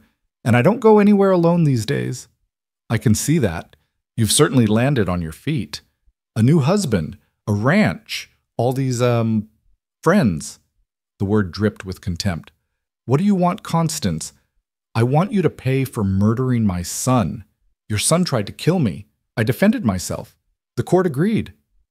"Courts can be wrong." Constance leaned forward. "I know what you are, Clara. Trash my son picked up and tried to polish. But trash is still trash no matter how you dress it up." The room tensed, but Clara raised a hand, keeping everyone calm. "I know what you are too, Constance. A woman who raised a monster and called it love. Who taught her son that other people were things to own and break? How dare you? I dare because I survived him, because I'm free of him, and because you're about to be arrested for fraud." As if on cue, the federal marshals entered the dining room. Marshal Henderson approached the table with papers in hand. "Mrs. Constance Dalton, you're under arrest for conspiracy to defraud the United States Army." Constance's face went white. "This is ridiculous. I want my lawyer." "You can wire him from jail," Henderson said. As they led her out, Constance turned back to Clara. "This isn't over." "Yes, it is," Clara replied. "You just don't know it yet." The room erupted in cheers as Constance was taken away. Clara stood there for a moment, swaying slightly, and Ethan caught her as her knees buckled. "I'm all right," she said, though her face was pale. It's really over, isn't it, Robert? His mother, all of it." "It's over," Ethan confirmed, holding her tight. But Clara was wrong about one thing: she wasn't all right. That night she developed a fever, and by morning she was delirious. Dr. Brennan came immediately, his face grave as he examined her. "Exhaustion," he diagnosed. "Stress. Her body's been running on pure will for weeks, and now that the danger's past, it's demanding payment." "Will she be all right?" Ethan asked, fear making his voice rough. "With rest and care, yes. But she needs complete rest. No work, no worry, no excitement." Easier said than done. Clara tried to get up several times, insisting there was work to be done, until Ethan finally lost his temper. "Damn it, Clara! You're not invincible. You're human, and you need to rest." She blinked at him, surprised by his vehemence. "I'm not used to having someone else to rely on." "Well, get used to it. You've got me, Sarah, the whole valley. Let us take care of you for once." She relaxed back into the bed, tears sliding down her cheeks. "I don't know how." "Then learn," he said more gently, wiping her tears. "The same way I learned to accept help. The same way we all learned to stand together." While Clara recovered, the ranch didn't stop. Sarah managed the household with quiet efficiency. The Winters brothers and Miguel Jimenez handled the cattle. Martha Cutter organized the women to help with cooking and cleaning. The school construction continued with donated labor and materials from across the valley. "It's like watching a miracle," Sarah told Ethan one evening as they watched neighbors working together. 6 weeks ago, these people barely spoke to each other." "Crisis has a way of showing what matters," Ethan replied. Morrison's tyranny brought out the worst in people: fear, isolation, suspicion, but fighting him together brought out the best. "Do you think it will last?" "I think we'll make it last." Clara's recovery was slow but steady. By the third week, she was able to sit up and receive visitors. The Roberts came with news they'd found their daughter in Denver and brought her home. "She's damaged," Mrs. Roberts said quietly. "What she went through, but she's alive and she's home. We owe that to you." "You owe it to courage," Clara corrected. "Your own courage and never giving up hope." As winter deepened, the valley settled into new rhythms. The cooperative ranching arrangement proved successful, with shared resources making everyone stronger. The school was completed just before Christmas, a small but sturdy building that would serve the valley's children for generations. The dedication ceremony was held on a clear, cold day with the entire valley in attendance. Clara, finally fully recovered, stood with Ethan as they watched Martha Cutter ring the school bell for the first time. "Education changes everything," Clara said. "These children will have opportunities their parents never did." "Because of you," Ethan said. "This was your idea." "Our idea," she corrected. "Everything is ours. Now remember." That evening, as they decorated their home for Christmas, their first Christmas together, Sarah brought unexpected news. "I've had an offer," she said.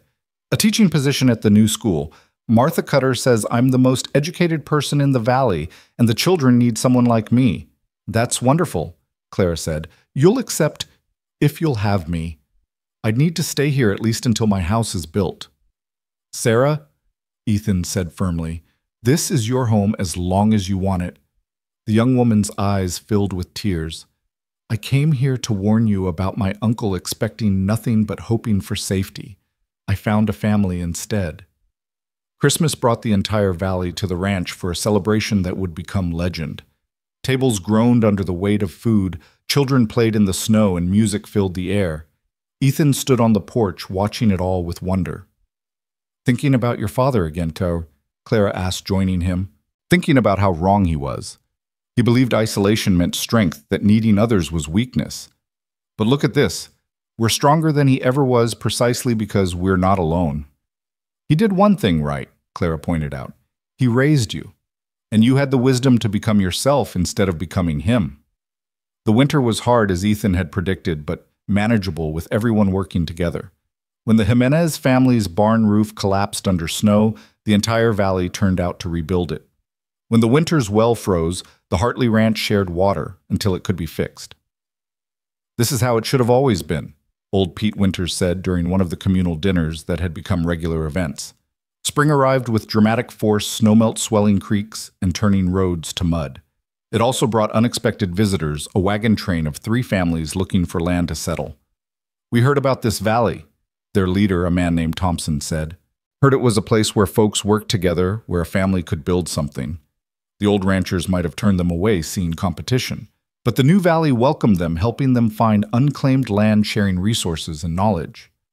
"We're building more than ranches here," Clara told Ethan as they watched the new families setting up their homesteads. "We're building a community." "Your vision," he said. "Our reality," she corrected. One evening in late spring, as they sat on the porch watching the sunset, Clara took Ethan's hand and placed it on her stomach. "There's something you should know, she said, her voice soft but sure. Ethan's eyes widened as understanding dawned. We're having a baby. Dr. Brennan confirmed it this morning." Joy and terror warred in Ethan's chest. "A baby. Our baby." "Our baby," Clara confirmed. "Are you happy?" "Happy doesn't begin to cover it." He pulled her close, mindful of her condition. "But are you all right? After everything you've been through?" "I'm strong," she said. "We're strong. This child will be born into a world we've helped make better." The news spread quickly, as news did in the valley now. Gifts began arriving: blankets from the Jimenez women, a carved cradle from the Winters brothers, tiny clothes sewn by Martha Cutter and her friends. "This child will be the valley's baby, and," Sarah said, looking at the growing pile of gifts, "the firstborn into our new community." "The first of many," Clara said, her hand resting on her still flat stomach. As summer progressed, the ranch thrived. The cattle were healthy, the cooperative was profitable, and the school was full of eager students. Sarah proved to be a natural teacher, patient but firm, inspiring children who'd never thought beyond ranch work to dream of bigger things. But the past wasn't quite done with them. One hot July day, a rider approached the ranch Pemberton Constance Dalton's lawyer, looking somewhat worse for wear. "Before you shoot me or arrest me," he said quickly, "I come with different news. Constance Dalton is dead." Clara's hand flew to her throat. "How set? Heart attack in federal prison. She was awaiting trial, refused to admit guilt or cooperate. The stress." He shrugged. "She left a will, a recent one written after her arrest." "We don't want her money," Ethan said firmly. "She didn't leave you money," Pemberton said. "She left you a letter." He pulled out an envelope sealed with wax. "Her instructions were that I deliver it personally and watch you read it." Clara took the letter with trembling hands and broke the seal. "My dear daughter-in-law," she read aloud, "if you are reading this, I am dead, and you have won. I spent my final days trying to understand how a nobody like you could destroy everything I built. I think I finally understand. You had something I never did. People who stood with you, not from fear or greed, but from love and respect. I raised my son to take what he wanted to see kindness as weakness. You proved that wrong. I hate you for that, but I also respect it. The Dalton name dies with me. Perhaps that's for the best. Whatever child you bear, and I know you will bear children, you have that look about you. Raise them better than I raised mine. Signed, Constance Dalton." The silence that followed was profound. Finally, Pemberton cleared his throat. "There's also a financial matter. She liquidated everything before her arrest, apparently planning to use it to destroy you. It's a considerable sum. By law, as Robert's widow, you're the only heir." "How much?" Ethan asked. "Nearly $100,000. Clara swayed, and Ethan steadied her. "We don't want it," she said. "Then donate it," Pemberton suggested. "But take it first. Don't let it go to the government. She would have hated that most of all." After Pemberton left, Clara and Ethan sat in stunned silence. Finally, Sarah spoke. "You could do so much good with that money." "It's blood money," Clara said. "No," Ethan said thoughtfully. "It's justice. Think about it. Constance and Robert caused so much pain. What better revenge than using their money to heal?" They called a valley meeting that night. When Clara announced the inheritance and their intention to use it for the community, the response was immediate and overwhelming. "A real hospital." Dr. Brennan said, his eyes shining. "We could have a real hospital." "Better roads," someone else called out. "Connect us properly to the railroad." "A library," Sarah added. "Books for the school and the whole valley." "All of it," Clara said. "We'll do all of it. This money will build the future Robert and his mother tried to prevent." The transformation of the valley accelerated. By the time Clara's pregnancy began to show, construction was underway on multiple projects. The hospital, small but modern, would serve not just their valley, but surrounding areas. The roads would make trade easier, more profitable. The library would open worlds to children who'd never seen beyond Wyoming. "You're building a legacy," Martha Cutter told Clara one day as they watched the library walls go up. "We're all building it," Clara corrected. "Every person who stood against Morrison, who chose community over isolation, we're all building it together." Fall came with its harvest of plenty. The cooperative's first full year was so successful that every family had money to spare for the first time in years. The harvest celebration lasted 3 days, with visitors coming from neighboring valleys to see what they'd heard about but couldn't quite believe. "It's like something out of a dream," one visitor said, watching former enemies work side by side. "It was a nightmare first," Ethan told him. "Sometimes that's what it takes to wake people up to what's possible." Clara's pregnancy progressed well, though Ethan worried constantly. His anxiety amused her even as it touched her heart. "I survived Robert Morrison and Constance Dalton," she reminded him. "I think I can handle childbirth. Those were external threats. This is natural, normal. What women have been doing since the beginning of time. That doesn't make it less terrifying." She kissed him gently. "No, but it makes it worthwhile." The first snow was falling when Clara's labor began. It started at dawn, and by noon the house was full of women who'd come to help. Ethan was banished to the porch where he paced with Jake and Samuel Winters, trying to distract him. "You'd think after facing down outlaws this wouldn't be so scary," Jake said. "This is different," Ethan replied. This is... A cry pierced the air. Not Clara's, but the high, indignant wail of a newborn. Ethan was through the door before anyone could stop him. Clara lay exhausted but triumphant, holding a bundle of blankets. "Come meet your son," she said. A son! Ethan approached slowly, as if in a dream. The baby was perfect tiny fists waving face red with the indignity of being born. "What should we name him?" Clara asked. Ethan thought about his father, about tradition and legacy. Then he looked at Clara, at what they'd built together. "Thomas," he said. "Thomas Samuel Hartley, after the men who shaped this valley for better or worse. But he'll be his own man, make his own choices." "Thomas," Clara agreed, then smiled.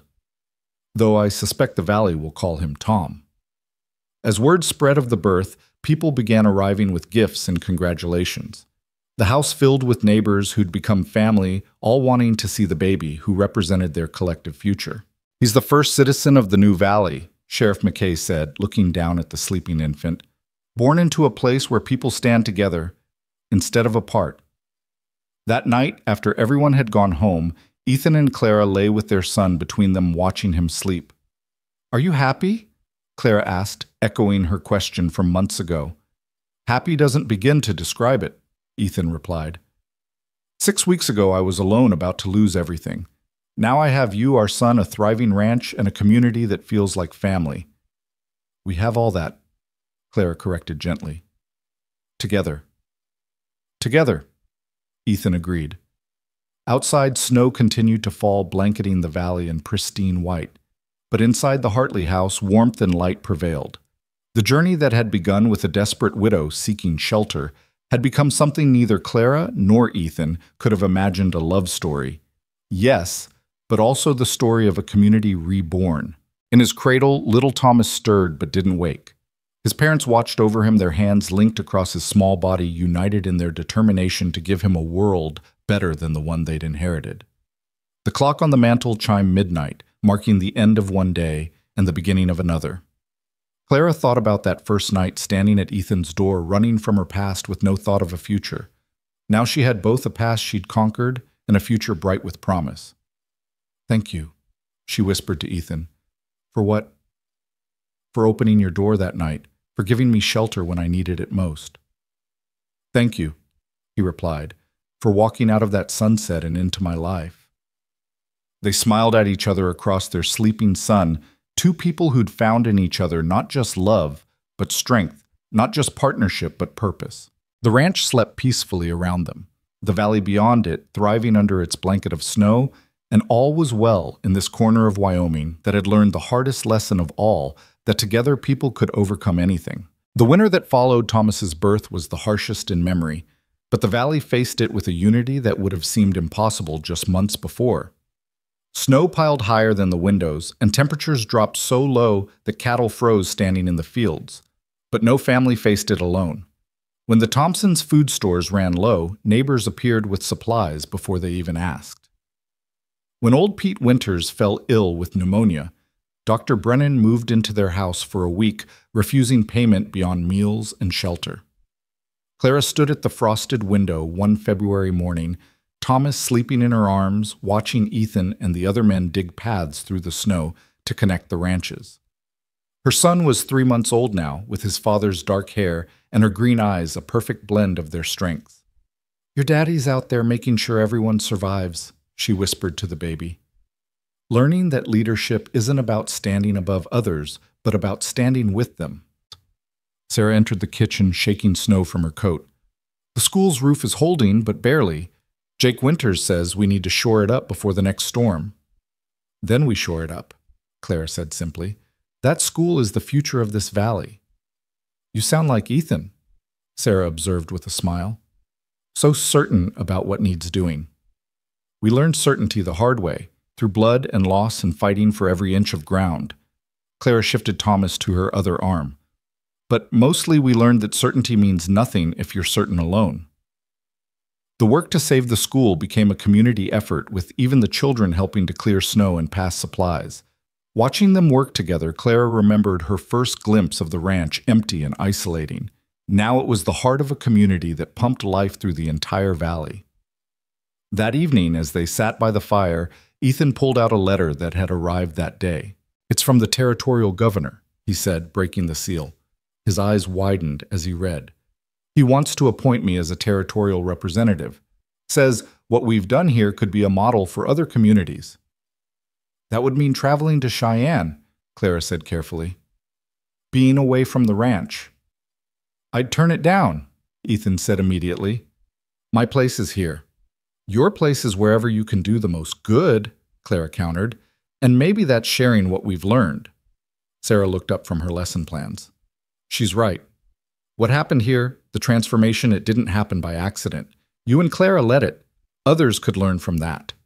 Ethan looked at his wife and son, then at the window where snow continued to fall on their valley. "I'll think about it," he said finally.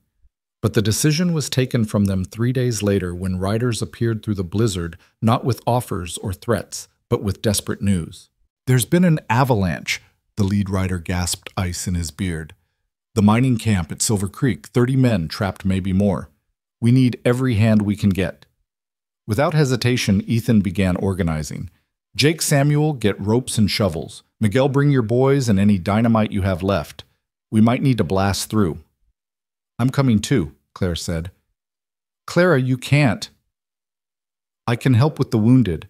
Dr. Brennan will need assistance." She was already reaching for her coat. "Sarah can watch Thomas." "I'll keep him safe," Sarah promised, taking the baby. "Go." The ride to Silver Creek was treacherous snow blinding them, wind cutting through even the thickest coats. But they pressed on a line of riders from across the valley, united in purpose. When they arrived, the scene was devastating. Half the mountain seemed to have come down burying buildings, and the mine entrance under tons of snow and rock. "My brother's in there," a woman cried, clutching at Ethan's arm. "Please, you have to help him." "We'll get them out," Ethan promised, though looking at the destruction he wasn't sure how. They worked through the night and into the next day, digging with desperate determination. Clara and Dr. Brennan set up a medical station in the one building still standing, treating frostbite and exhaustion as men pushed themselves beyond their limits. It was brutal work, but gradually they made progress following the sound of tapping from deep within the collapse. "There," Jake Winters shouted. "I can hear them." The final push to break through required Miguel's dynamite carefully placed to open a path without causing another collapse. When the explosion cleared and the dust settled, they could see into a pocket where 15 men huddled alive but badly injured. "Get them out careful now," Dr. Brennan directed. One by one, they brought the miners to safety. Not all had survived. They found 12 bodies in the end, but 18 men who would have died lived because the valley came together. The mine owner, a man named Harrison, who'd never shown interest in the local community, stood watching with tears on his face. "I don't understand. Why did you come?" "We're not from your valley. We're nobody to you." "Nobody's nobody," Clara told him firmly.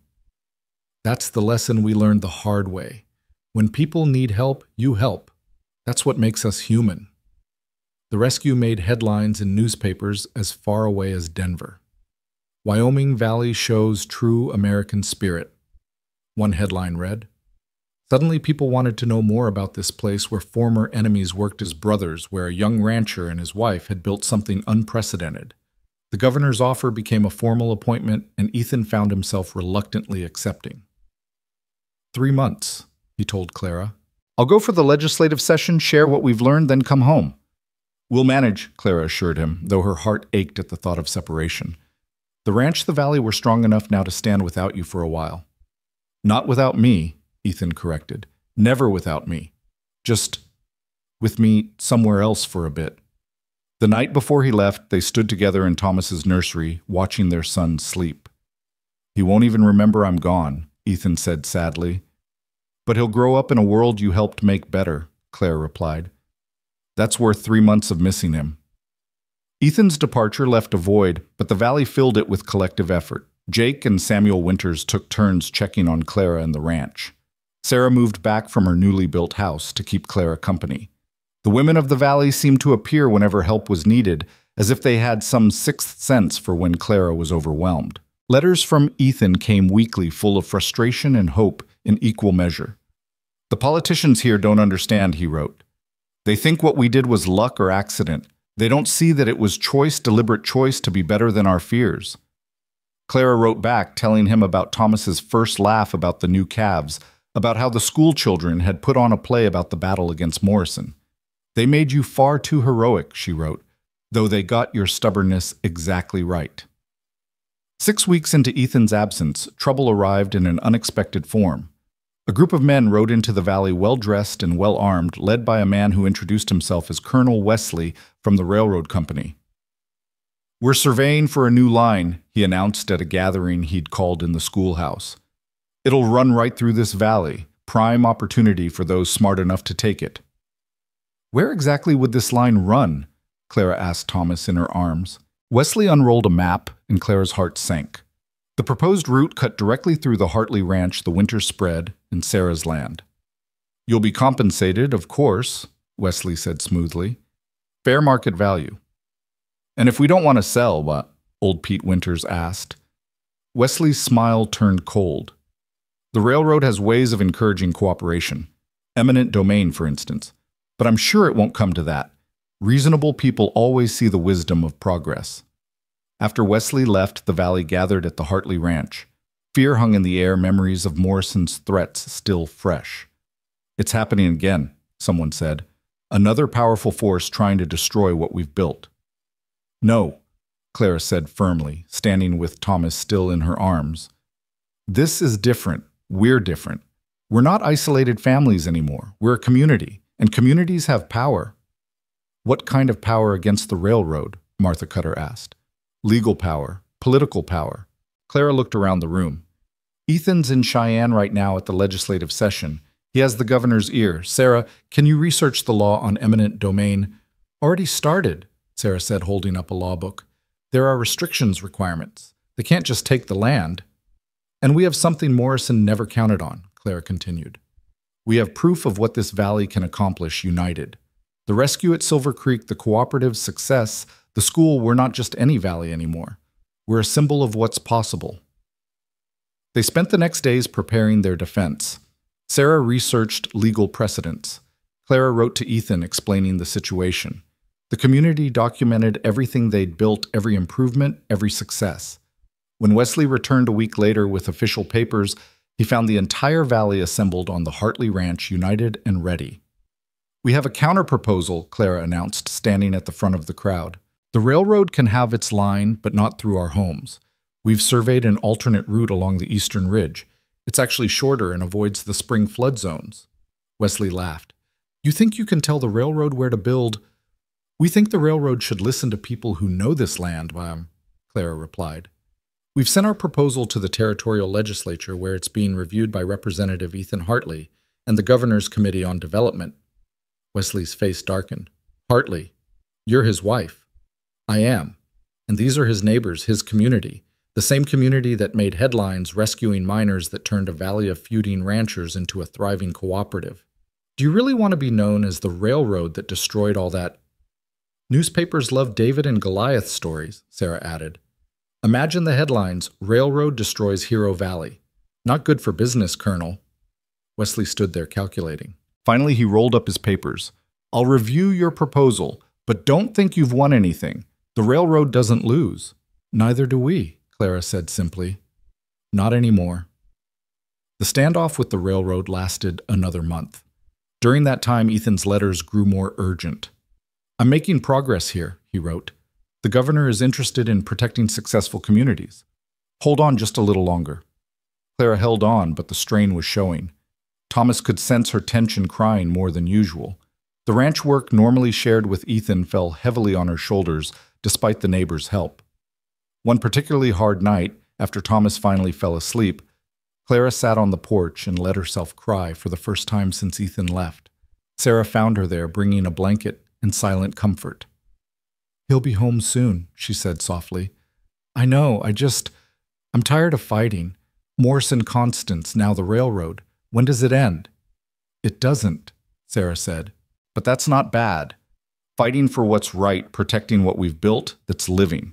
The alternative is giving up, and you're not capable of that. How do you know? Because I've watched you for months now. You don't know how to give up. It's not in your nature. Clara managed a small smile. Robert used to say I was too stubborn for my own good.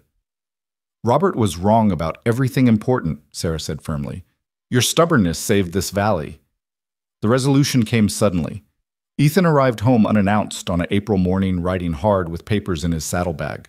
Clara, feeding chickens in the yard, dropped the bucket and ran to him, not caring about dignity or propriety. You're home. She breathed against his chest as he held her tight. For good, he said. And with news, the legislature passed a resolution protecting established communities from forced railroad seizure. The railroad has to accept our proposed route or find another valley entirely. We won. You won. You held them off long enough for the law to catch up. He pulled back to look at her. God, I missed you. And Thomas, where is he? Napping. He's so much bigger, Ethan. He's trying to crawl. They went inside together, and Ethan stood over his son's cradle, watching him sleep. 3 months, he said softly. I missed 3 months of his life. But you secured his future, Clara said. The legislation you helped pass doesn't just protect us. It protects communities across the territory. That afternoon, they called another valley meeting. When Ethan announced the railroad's forced acceptance of their terms, the celebration was immediate but also thoughtful. We did it again, Miguel Jimenez said. Stood together and won. It's becoming a habit, Jake Winters added with a grin. But old Pete Winters, wise with years, had a warning. Power sees what we've built here. They'll keep coming in different forms with different threats. Then we'll keep standing together, Ethan said, each time stronger than before. The railroad, true to Wesley's grudging word, built along the eastern ridge. The construction brought prosperity to the valley, jobs for local men markets, for local goods. But Clara and Ethan made sure the prosperity was shared, establishing a community fund from the railroad payments to help any family in need. Summer came with abundant rain and rich grass. The cooperative's second year promised to be even better than the first. The school had its first graduates, young people who could read and write and figure, prepared for a world beyond just ranching.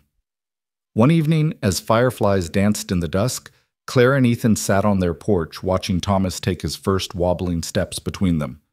Look at him go! Ethan laughed, catching his son as he toppled forward. Determined just like his mother. Brave like his father, Clara countered.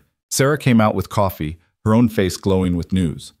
I've had a letter, she announced, from the Territorial Board of Education. They want me to help establish schools in other valleys based on what we've done here. That's wonderful, Clara said, though her heart sank a little at the thought of losing Sarah. I wouldn't go permanently, Sarah clarified quickly. This is home. But I could travel, teach others what we've learned, then come back. The same thing they wanted Ethan to do with governance, Clara observed.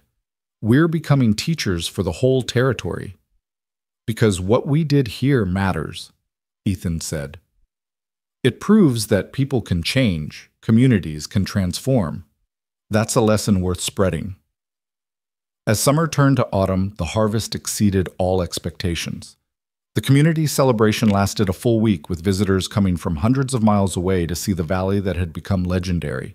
One visitor stood out, a woman named Margaret Patterson from San Francisco, representing something called the Progressive Women's Alliance. We've heard about you, Mrs. Hartley, she said. A woman who stood against tyranny, who helps lead a community, who manages a ranch as well as any man. I do what needs doing, Clara said simply. Exactly, and we want to document it, share it. Women across the West need to know what's possible. Clara looked at Ethan, who nodded encouragingly. Tell your story, he said. Let others draw strength from it. So Clara told her story, from the desperate flight from Robert to the triumph over Morrison, from building community to facing down the railroad. Margaret Patterson wrote it all down, tears in her eyes at some parts. This will inspire thousands, she said. Women trapped in situations like yours was women who think they have no power. I had no power alone, Clara corrected. It was only when I found others to stand with that I became powerful. Winter came again, but this time the valley was ready. Food stores were ample and shared freely. The new buildings were weatherproofed and strong. When storms came, people hunkered down together, no family isolated or afraid. On Christmas Eve, the entire valley gathered at the Hartley Ranch. The house overflowed with people, warmth and laughter. Children played while adults shared stories of the year. Thomas, now walking confidently, toddled from person to person, loved by all. "Speech," someone called out. "Ethan, give us a Christmas speech." Ethan stood uncomfortable with the attention, but recognizing the moment's importance. "2 years ago, I stood at my father's grave, certain I would lose everything. I was alone, afraid, and without hope. Then Clara walked out of the sunset and everything changed. Not just because of her, though she was the catalyst, but because her arrival started something. It made me realize that my father's way, isolation, hardness, suspicion, was death. The only way to truly live was together." He looked around the room at faces that had become family. "We've been tested by greed, violence, and power. We've faced down outlaws, corrupt officials, and corporate might. And we've won. Not because we're especially brave or strong, but because we stand together. That's the miracle of this valley, not that we're perfect, but that we've chosen to be imperfect together rather than alone." "To the valley," Jake Winters raised his glass. "To the valley," everyone echoed. But Clara raised her own glass with a different toast. "To the future," she said. "To our children who will inherit a valley where cooperation is normal, where neighbors are family, where standing together is as natural as breathing." As the celebration continued around them, Ethan and Clara stepped outside into the cold, clear night. Stars blazed overhead, and their breath made clouds in the freezing air. "Do you ever regret it?" Ethan asked. "That night you stopped here instead of riding on—" "Never," Clara said firmly.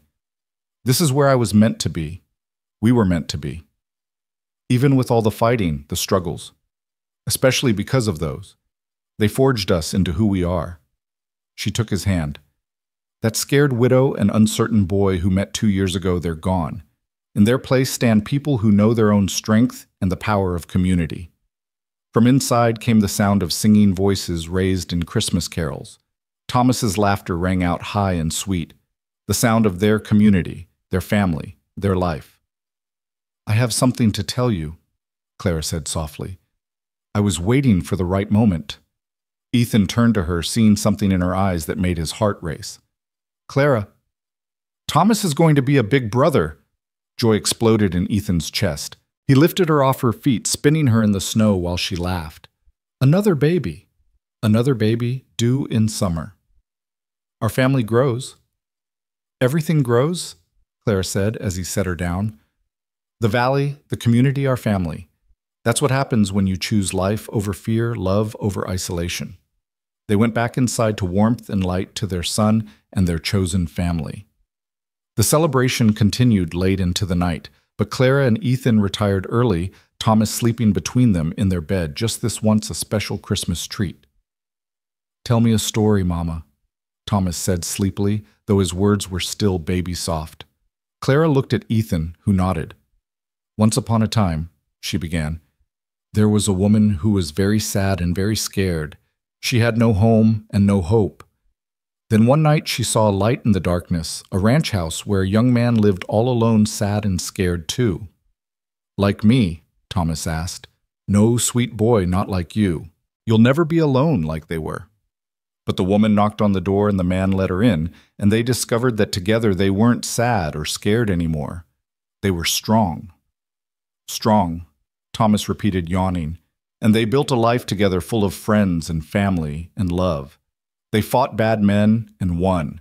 They saved their home and helped save others' homes too. And they had a little boy who was the light of their lives." "Me?" Thomas said, though his eyes were closing. "You," Ethan confirmed, kissing his son's head. "And soon another light to join you." As Thomas drifted off to sleep, Clara and Ethan lay awake, hands clasped over their sleeping child, thinking about all that had brought them to this moment. 5 nights, Clara whispered. "It started with 5 nights that changed everything." "The 5 most important nights of my life," Ethan replied. "When I learned that strength isn't standing alone, it's having the courage to stand with others." Outside, snow began to fall again, gentle and pristine. The ranch slept peacefully, the valley beyond it secure in its unity.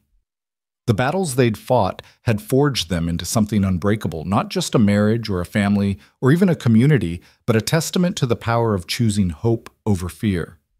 In the morning, they would rise to face new challenges. The railroad would bring changes. The territory was moving towards statehood, bringing political upheavals. Their children would grow up in a world different from the one they'd known. But tonight, in this moment, all was perfect. Clara thought about that desperate flight 2 years ago, about the woman she'd been broken, terrified, without hope. That woman was gone, replaced by someone who knew her own strength and wasn't afraid to use it. Beside her, Ethan had undergone his own transformation from an uncertain boy, overwhelmed by his inheritance, to a man who led through service and compassion rather than dominance. "What are you thinking?" Ethan whispered. "About the widow and the young ranch heir," Clara replied. "How they saved each other. And in saving each other, saved everyone around them. That's the secret, isn't it? When you save someone else, you save yourself. When you lift others, you rise." Thomas stirred in his sleep, one small hand reaching out to touch each parent as if assuring himself they were there. They were, and they always would be. The widow and the young ranch heir had become so much more partners, parents, pillars of a community that would outlast them by generations. The clock struck midnight, marking the end of Christmas Eve and the beginning of Christmas Day. Somewhere in the house, probably the kitchen, Sarah was still awake, preparing breakfast for the neighbors, who would surely return. The Winters brothers were probably in the barn, checking on animals that weren't even theirs, but that they cared for anyway, because that's what neighbors did. This was their life now, interconnected, interdependent, stronger for the connections. The ranch that Samuel Hartley had built as a fortress had become a hearth where the entire valley could warm itself. The legacy he'd never intended, but that his son had created through courage, kindness, and the wisdom to know that true strength came from standing together. "Merry Christmas, Clara," Ethan whispered. "Merry Christmas, Ethan." Between them, Thomas smiled in his sleep, dreaming perhaps of the brother or sister who would join him come summer of the valley, that would be his to help nurture and protect, of the legacy of love and community his parents had built from the ashes of isolation and fear. The snow continued to fall, blanketing the world in white, covering the scars of old battles, and preparing the ground for new growth. Inside the Hartley house, 3 hearts beat as one, soon to be 4, surrounded by a community that had learned the greatest lesson of all, that 5 nights could indeed change everything if you had the courage to open your door to a stranger and the wisdom to know that strangers were just family you hadn't met yet. The story of the widow and the young ranch heir had become legend in the valley, told around firesides and in the schoolhouse, a reminder of where they'd come from and who they'd chosen to become. But for Clara and Ethan, lying there with their son between them and another child growing within her, it wasn't legend. It was simply life, their life built on love, defended with courage, and shared with all who needed shelter from the storm.